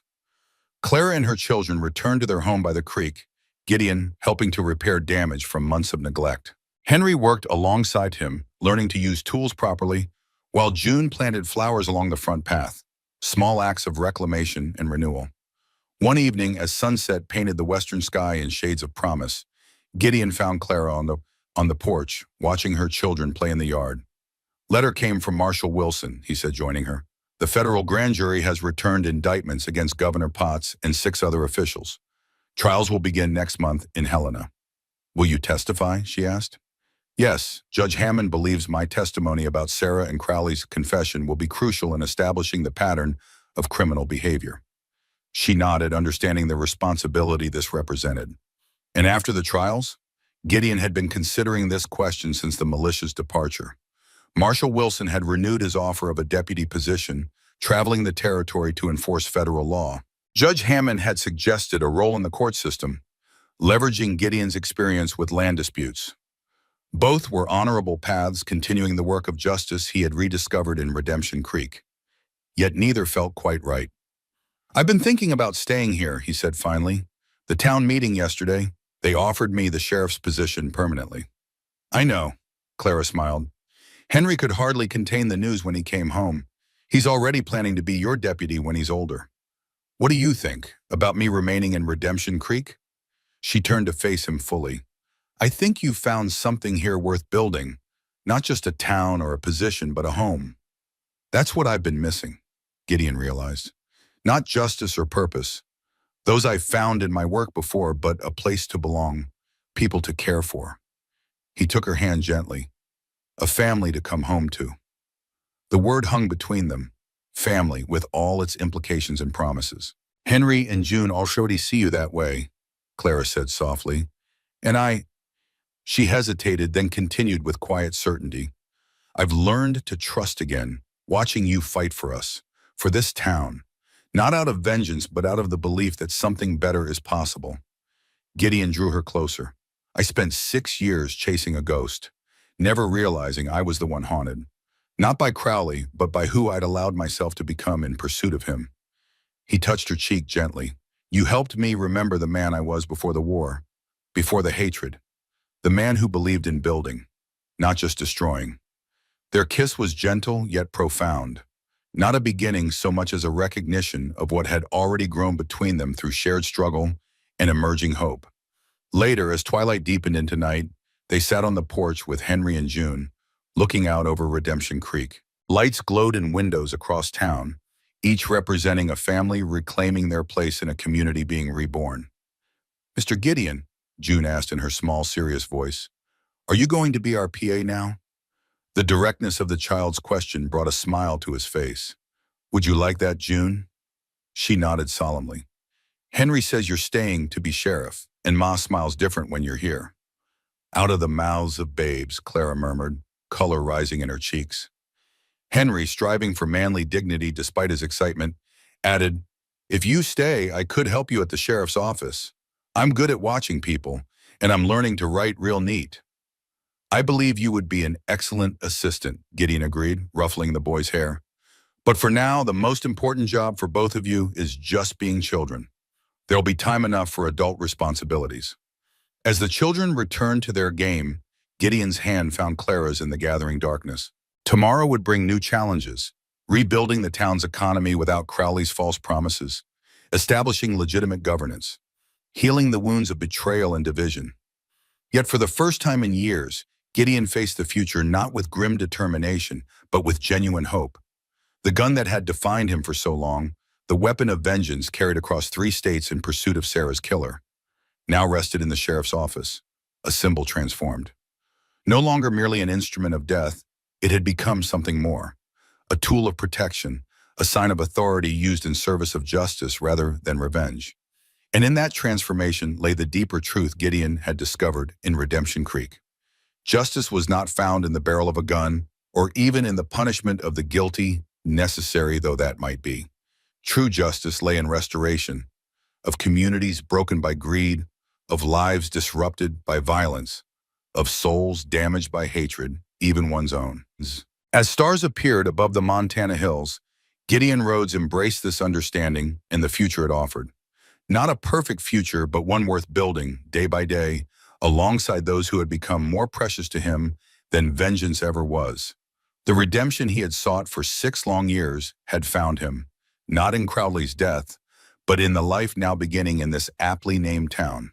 And in that unexpected grace, he finally laid his ghost to rest. The end.